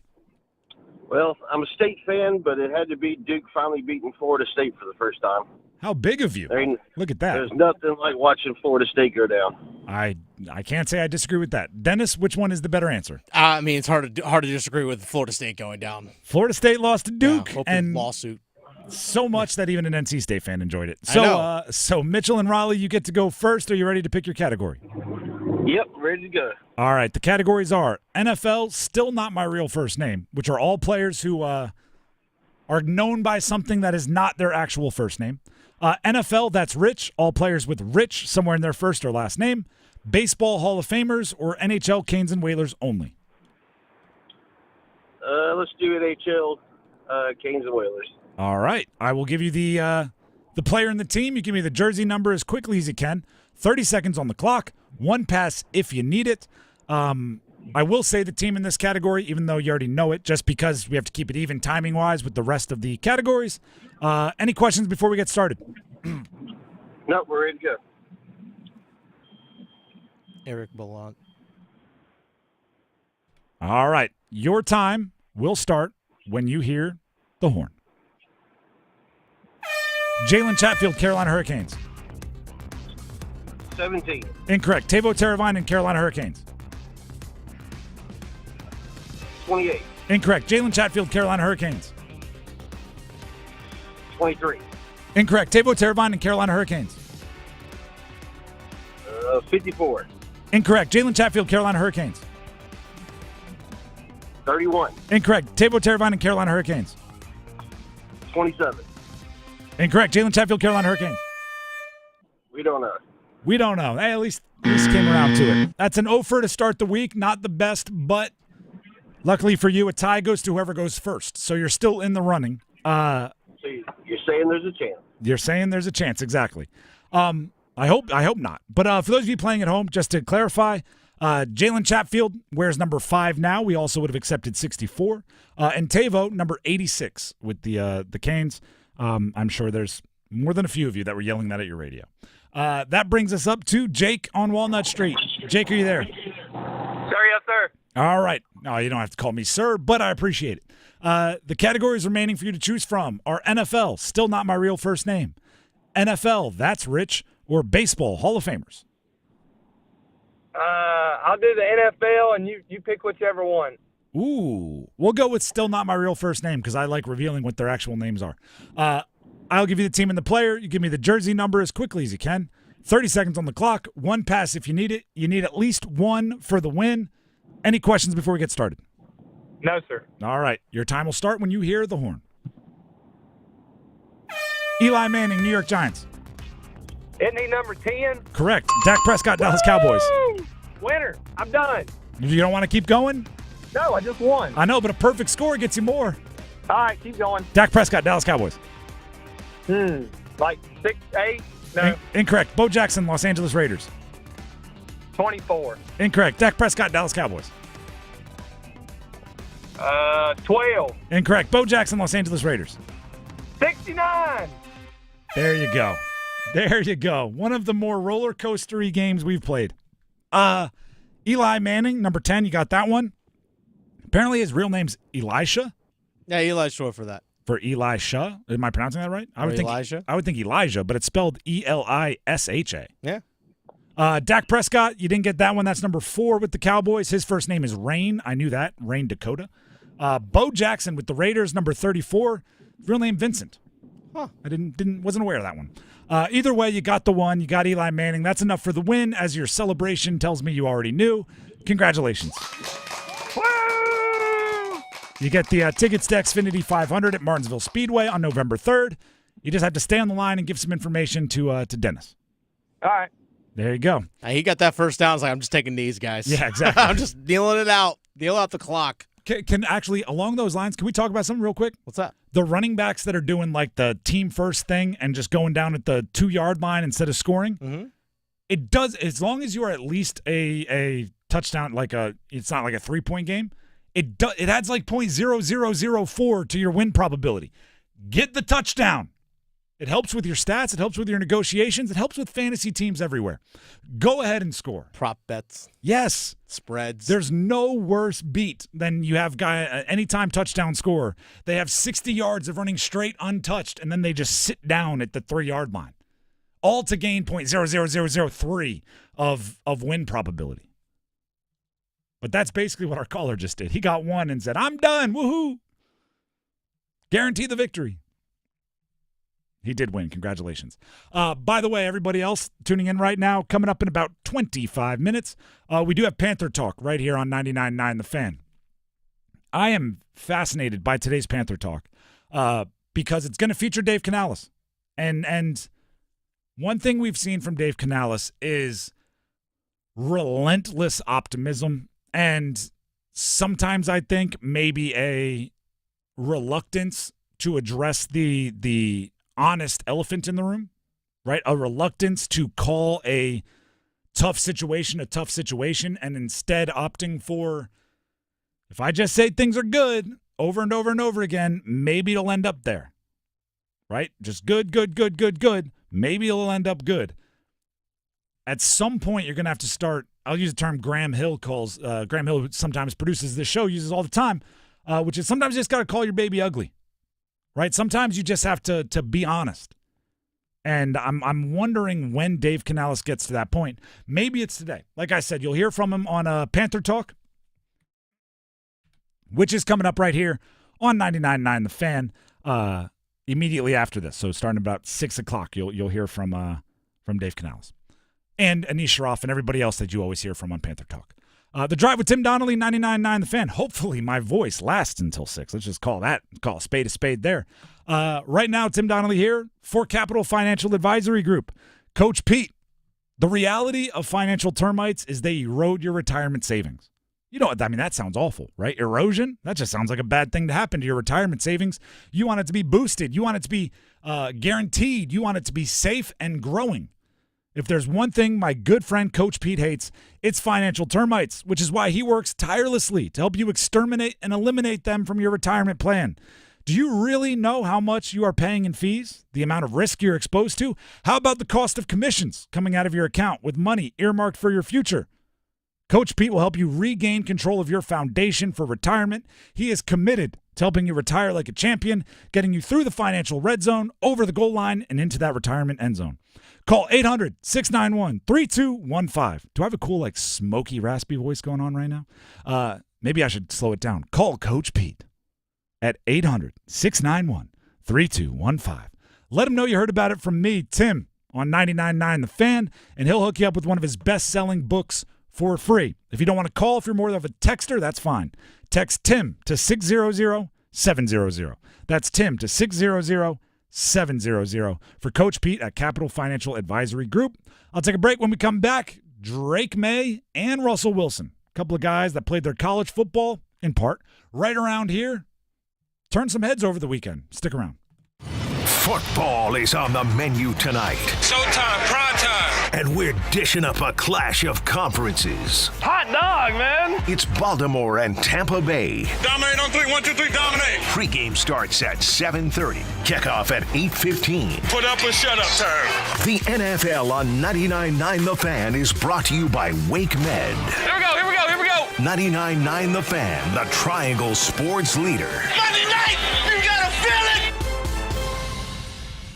Halloween's coming alive at Target. Jackie and Gordy, the Jack-O-Lanterns, here with a front porch view of Target's Halloween deals, like Best House on the Block trick-or-treat candy starting at $5.99. Sweet. Don't forget, can't wait to wear it costumes from $15. Can't wait to see it. Oh, and decorating and pumpkin carving kits for $5. That's how I got my big toothy grin. This week only, trick-or-treat candy starts at $5.99, costumes from $15, and decorating and pumpkin carving kits for $5. Make your Halloween come alive at Target. Restrictions apply. Lowe's knows that to win the job, pros need the best prices. That's why only at Lowe's, MVP's Pro Rewards members can get a volume discount on eligible orders as low as $1,500 at the Pro Desk. That means you get the prices you need to start any job, small or large. Because Lowe's knows pros. Valid in-store only. More terms and restrictions apply. Visit Lowe's.com/terms or Pro Desk for details. Martha was ready to switch to a career in IT. There's always a need for IT specialists, especially with AI coming out and cybersecurity. It's practically recession-proof. My Computer Career even provides job placement help. The career specialists, they're very helpful. They care about you as a person. You're not just a number to them. I would recommend My Computer Career wholeheartedly to anyone. Take the free career evaluation today. Become an IT pro in just months with zero experience at mycomputercareer.edu. Looking for a deal that can't be beat? At Wilkinson Chevrolet Cadillac Buick GMC in Sanford, we've got the offer you've been waiting for. Get 0% interest for 36 months on the 2024 Chevy Silverado 1500 LTZ. Plus, defer your payments for 90 days. Plus, get $3,750 in customer cash, $2,250 in trade assistance, and an exclusive $3,500 Wilkinson discount. That's over $9,500 in savings on your new Silverado. Visit Wilkinson Chevrolet Cadillac Buick GMC in Sanford or online at wilkinsoncars.com. Wow, you look fantastic. I love all the sparkle. It's your fault. You introduced me to jewelry television. I can't stop watching. Right, the prices are amazing. I know. There are so many different styles, and the color gemstone jewelry. Are you kidding me? Gorgeous. And did you notice JTV also has gifts for men? I got Jake an Invicta watch that he loves. New JTV customers receive $40 off their next purchase when they shop jtv.com/radio. Who are you texting? I'm not. I'm shopping JTV.com. Hey, what are you doing up on the step stool? About to clean these light fixtures. The whole family's coming over, and if there's even a speck of dust in the house, my abuela will find it. Here, I got a Swiffer duster to help with that. A Swiffer what? A Swiffer duster. It has this cool extendable handle that reaches 6 feet to get high and low, with fluffy dusters that easily trap and lock dust. So, no more step stool? No more step stool. Easily trap and lock dust from hard-to-reach places with the Swiffer duster. Love it or your money back. Hey, what do you say? John Forsland here from my friends at Buffalo Brothers. I live and work on both coasts, travel the country, and there's nothing better than Buffalo Brothers. The best wings on the planet and half-price appetizers Monday through Friday, 4:30 to 6. Visit all 5 Triangle locations and ask for their great daily beer specials. And how about this special? Every Sunday, they have $6 Bloody Marys and $6.50 Jamesons. Dine in, carry out. BuffBrothers.com. Aw, man, now I want wings. Train heating and cooling systems are engineered to keep up with you. We run together. Visit traininfo.com to find your local independent train dealer. It's hard to stop a train.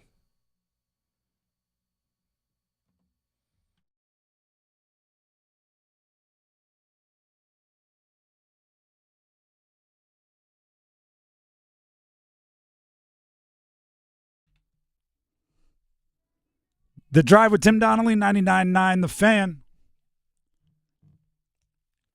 I'll tell you what, you can never predict what music Dennis is coming out of break with. Likewise. You can't predict it, is what you're saying? No. We have Panther Talk coming up, top of the next hour. I don't know where to go with this. I don't even know what this is. You don't. That's the thing. So I have a blend, my girlfriend and I. We had just like on Spotify, we have one of those blends. All right. So usually sometimes for bump music, I'll just click on the blend and just see what's on the list. I was What like, is oh, that, by little the way? Chapel Roan. Chapel You thought Roan. it was Dua Lipa, didn't you? I would not be able to identify either of those artists in a crowd. No, but Chapel Roan. So I know she's one of the hot artists and stuff right now, and my girlfriend enjoys some of her stuff. And I was like, you know what? Here's a song called "Good Luck, Babe." I learned and I was like, quite you know a what? bit. That's kind of fitting for Drake, man. Hey, good luck up there in New England. Oh, there you go. I Hey, learned quite a Russ- bit about Chapel Roan because there's a song that was turned into like a Cal running back theme song. Oh. The OTTTOGO. The Hot to Go? Yeah, but it was Jaden Ott to go. Yes. So I learned about that last week. OTTTOGO. There you Hot to go. There you go. The Calgorithm, by the way. Search it up on the internet, like on X or whatever. Just type in Calgorithm, like algorithm, just put the C in front, and just have fun. Just going down that rabbit hole. The Cal fans and people just put out some of the weirdest, most funniest stuff, and it's wonderful. It is a role that they felt very comfortable filling in the ACC. Mm-hmm. Like, you get creatively roasted when you play Cal. Yeah. And it's the kind of roasting, it's like an old school Comedy Central roast where it's like, as long as it's funny, you can say whatever you want about me, right? It's like, don't get too personal and keep it funny and we're good. And they do a good job with it. The Calgorithm was doing a thing where there was a love triangle between Mr. and Mrs. Tuffy from NC State, the two mascots, and the Cal Bear. Like, there was some sort of love triangle that was going on. It's like, wait a second. What is happening here? I don't like it's funny and creative, so go ahead, Cal. It's fun. It's a different. You don't get that from the traditional ACC schools. No, it's you don't. more personal trash talk. Yeah, it's more pointed. Cal is just they're having a good time. Drake Maye, though, which is what we want to talk about here. He looks good. He looks good. He looks like a good quarterback on a bad team. Thank you. This is what I'm talking about when I talk about the young quarterbacks that everybody wants to give every excuse to in the world. And I go, we know what a good quarterback on a bad team looks like. Yes, his situation is not perfect. In his second career start, he completed 70% of his passes, 2 touchdowns, no interceptions, 3 carries, 18 yards. Looked like a good quarterback in a bad situation. Was it against a bad defense? Yes, but it's with a bad offense around him. Part of me does want to do the thing that we have to do for every quarterback, which is explain everything, right? All right, here are his stats, but he had a drop on the sideline. His starting center's hurt. His starting running back had a bad day. The play caller didn't get to the good stuff until the third quarter. We can do that for every quarterback. Or you can look at it and go, I watched the game. Did it look like I was watching a good player? And Drake Maye, in his 2 starts, small sample size, he looks like a good player. He makes tough throws. He's willing to try to fit the ball into small windows. When he makes a mistake, it doesn't ruin him mentally. When he takes a hit, it doesn't ruin him mentally. Drake Maye was asked if he's getting more comfortable. Here's his answer. The more and more you're out there, and you're seeing different things, seeing different fronts, seeing different coverages, and getting a better feel. I think the Jags, did some different stuff of playing guys in different spot in the same coverage, and then other than that, I'm here to help this football team win, and we're not getting that done, so I got to do something different. He's really good at the media thing. I wonder if I won't get tired of it shortly, but for right now, he's just saying the right stuff. Did you see the injury question he answered? I love Drake Maye's brutal honesty, because apparently he had something like he got checked up with his knee or something midweek last week. One of those weird deals where, like, we didn't see it in the game. He didn't miss any practices, but he got his knee checked up, and they asked him about it, and he just went, yeah, injuries aren't something that we talk about with the media, so I'm ready for Sunday.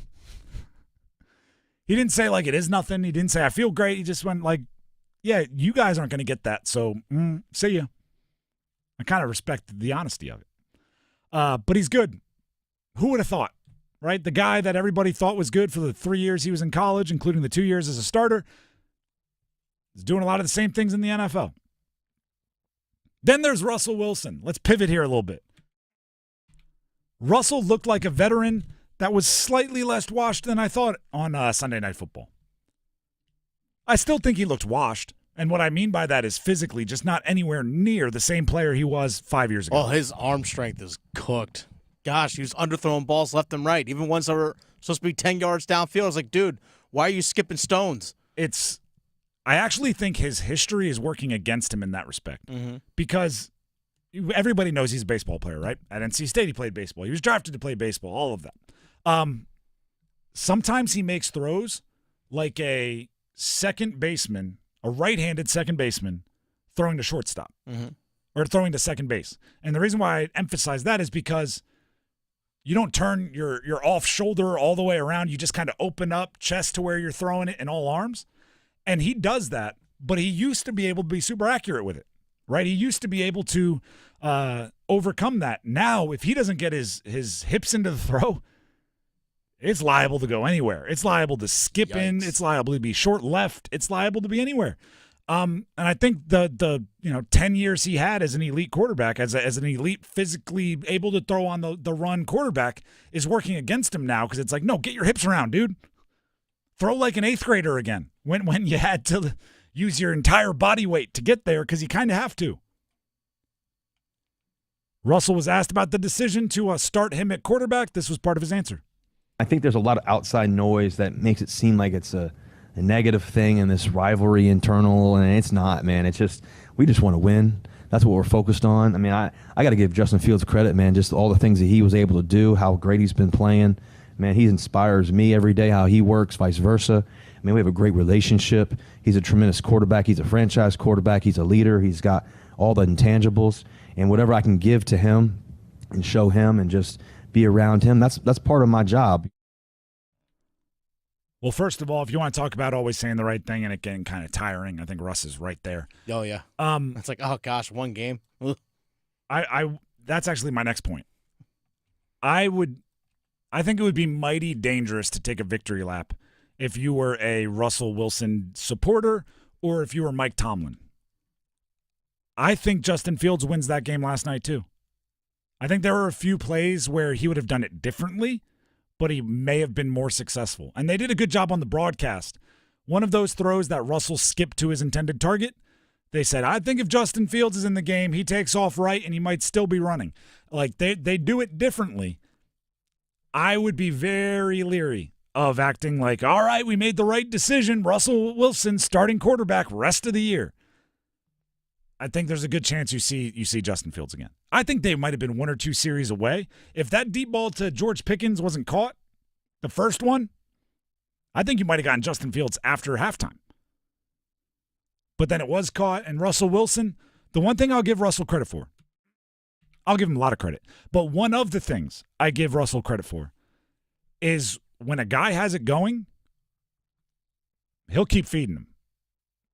You go back and look at some of the games that he had in Seattle, Tyler Lockett would have like 250 yards receiving, or DK Metcalf would have 3 deep balls in like a quarter. If somebody has it going, if they're winning their matchup, he has no problem going, all right, let's feed you. George Pickens last night got fed. He was fat and happy by the end. And he earned it, by the way. Like, he made tough catches. The bobbling, juggling off the defender catch, that's how you get confidence from your quarterback. But Russell's always comfortable looking to a guy who's making plays and saying, hey, I'm going to come back to you. Make another play, I'll come back to you again. And that might be what George Pickens needs, by the way.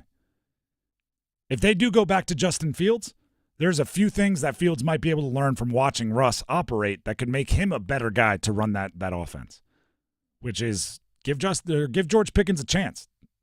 My big concern for Russell Wilson going forward the rest of this season is because the arm strength just isn't there. Like when the real cold weather games and stuff really start to hit, it's like, man, you're really going to struggle to spin the ball. And you start getting this couple hits in December up in Pittsburgh or in Cleveland or Cincinnati or Baltimore. I don't know how he's going to physically be able to handle it going forward. I mean, I know the stat line looks good, but there's a lot of underthrown balls yesterday by Russell Wilson. Got away with it. Yep. Still got to win. It is a good point, though. And people underestimate how different it is throwing in Pittsburgh now and in Pittsburgh a month from now. Mm-hmm. It's a different beast, especially if that wind gets kicked up. Ooh, boy. Oh, yeah. Well, that's one of the reasons why Buffalo Bills selected Josh Allen, just because, like, oh, yeah, this guy's got a cannon. He can throw through the bad weather. And it makes no sense as to why Anthony Richardson was drafted by a team in a dome. Looking like that one. He can't stay healthy. They might want that one back. Yeah. The Drive with Tim Donnelly, 99.9 The Fan. Time to go back to Joe Flacco? If they were all in to win this year, heck yeah. Yeah. I think they're hoping that playing Richardson makes them into something in the future. But if they thought their jobs in Indy were like on the line if they didn't win this week, Joe Flacco's already the starter if that were the case. Please subscribe to our YouTube, 99.9 The Fan. Coming up next, we have Panther Talk. I'm going to be an anticipating listener for this one because I want to hear what Dave Canales has to say after a 40-7 loss at the hands of the Commanders. Thank you to everybody that called in. We do that every Monday, the Monday Soundoff starting at 3:30. So go ahead and keep your phones dialed in and ready to roll. In the meantime, you can always reach us on our YouTube comments, 99.9 The Fan on YouTube. Go to our videos. You can go in and comment and ask questions and debate, and we will do our best to get it onto the show at different points in time. I'm going to try to rest my voice, so hopefully tomorrow doesn't sound like this. But in the meantime, we will be back tomorrow for our traditional Tuesday show at 3. So enjoy everything going on, Monday Night Football, and we'll break it down tomorrow. Until then, have a great night. Thank you to Dennis for keeping us up and running. We'll see you tomorrow.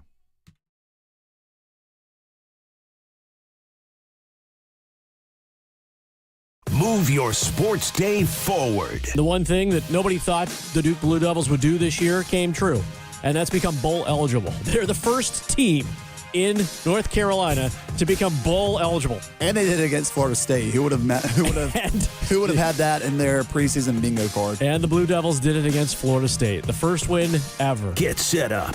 Join Next Up with Paul Ihander. Mornings at 9 on 99.9 The Fan, the Triangle Sports Leader.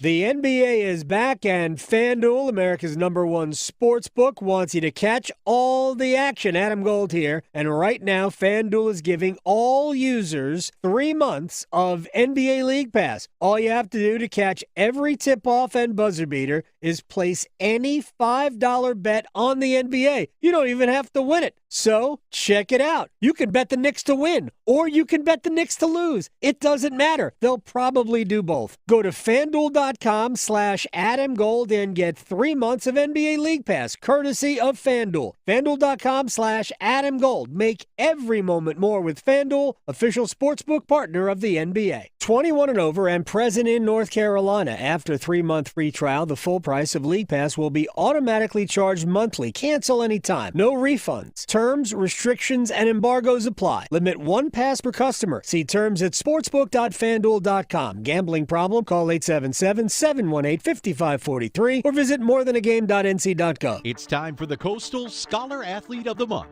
Creighton Blackwell here from Coastal Credit Union and 99 The Fan, and it is time for our Scholar Athlete of the Month. Today, we are here at Willow Springs High School, and we're here to celebrate Ansley Ayers. She's really encouraging and will make sure that you're comfortable with whatever you're doing, and I never have a bad time when I'm around her. Her energy is always very uplifting at practice and competitions. Last year we won a state championship. You know, she was there in the corner again, hyping everybody up, just giving them just some words of wisdom before they hit the mat. Ansley is an amazing athlete. She's a leader on the team and a great student. Love having her in class, and she's really good and represents the school well. I'm really happy to represent Willow Spring. Both my parents have been there for me since day one, and my sisters too. They've always been supporting me, and I couldn't have done it without them. And my teammates are always just constantly bringing up my attitude and helping me stay positive through everything, no matter how busy or stressful it can get. Congratulations, Ansley. For over 20 years, 99.9 The Fan and Coastal Credit Union have been recognizing scholar athletes at Triangle area schools. If you'd like to nominate a high school athlete, text AWARD to 919-860-5326. That's AWARD to 919-860-5326. Everywhere you look, things are getting more expensive. So at Consumer Cellular, we're lowering the price for those 50 and up. Now you can get unlimited talk, text, and data for $30 a line when you buy 2. That's just $60 a month for 2 unlimited lines. So if you're 50 and up, make the switch and save. Come on, you've earned this. Call 1-888-FREEDOM or visit consumercellular.com today. Requires 2 lines of service, age validation, and credit approval, subject to system and area limits, taxes, and other fees apply. This hour of the Triangle Sports Leader is powered by Ritchie Law Firm, Injury Lawyers. Ritchie Law is on top of it. Go to ritchielaw.com. That's ritchielaw.com. WCMC HD1 Holly Springs. Take us with you on radio, web, app, Alexa, and YouTube. 99.9 The Fan, the Triangle Sports Leader. We're kicking it this fall with college football. Join 99.9 The Fan all season long and catch your favorite teams in action. The ACC, the SEC, and every conference that matters. You'll find the best matchups here. Jordan Moore delivers, and the Blue Devils have the lead! College football on 99.9 The Fan is brought to you by Wilkinson Chevrolet Cadillac Buick GMC in Sanford and by Amedios. Wolfpack Sports Today is presented by Dreamfinders Homes, the official home builder sponsor of NC State Athletics. And now, here's Wolfpack Sports Today. I'm Matt Chasnow. NC State football goes west and flies home happy. Wolfpack Sports Today is next. Dreamfinders Homes is excited to announce their partnership with NC State Athletics as the official home builder sponsor of the Wolfpack. With nearly 50 new and upcoming communities throughout the Carolinas, Dreamfinders Homes offers new and unique home plans built to fit your lifestyle. For more information on Raleigh communities like Glenmere Gardens, South Lakes, and Barrington, and all other move-in-ready home inventory, visit DreamFindersHomes.com to find your dream home. That's DreamFindersHomes.com. Go Pack! Hi, my name is Dr. Edwin Cadet, and I'm an orthopedic surgeon specializing in shoulder and sports medicine at the Raleigh Orthopedic Clinic. The separated shoulder or AC joint separation occurs when the ligaments that hold your collarbone to your shoulder blade are stretched or torn. Surgery is usually not required, and most people regain full shoulder function a few weeks later. If there's persistent tenderness or pain near the end of the collarbone, I would consult your doctor.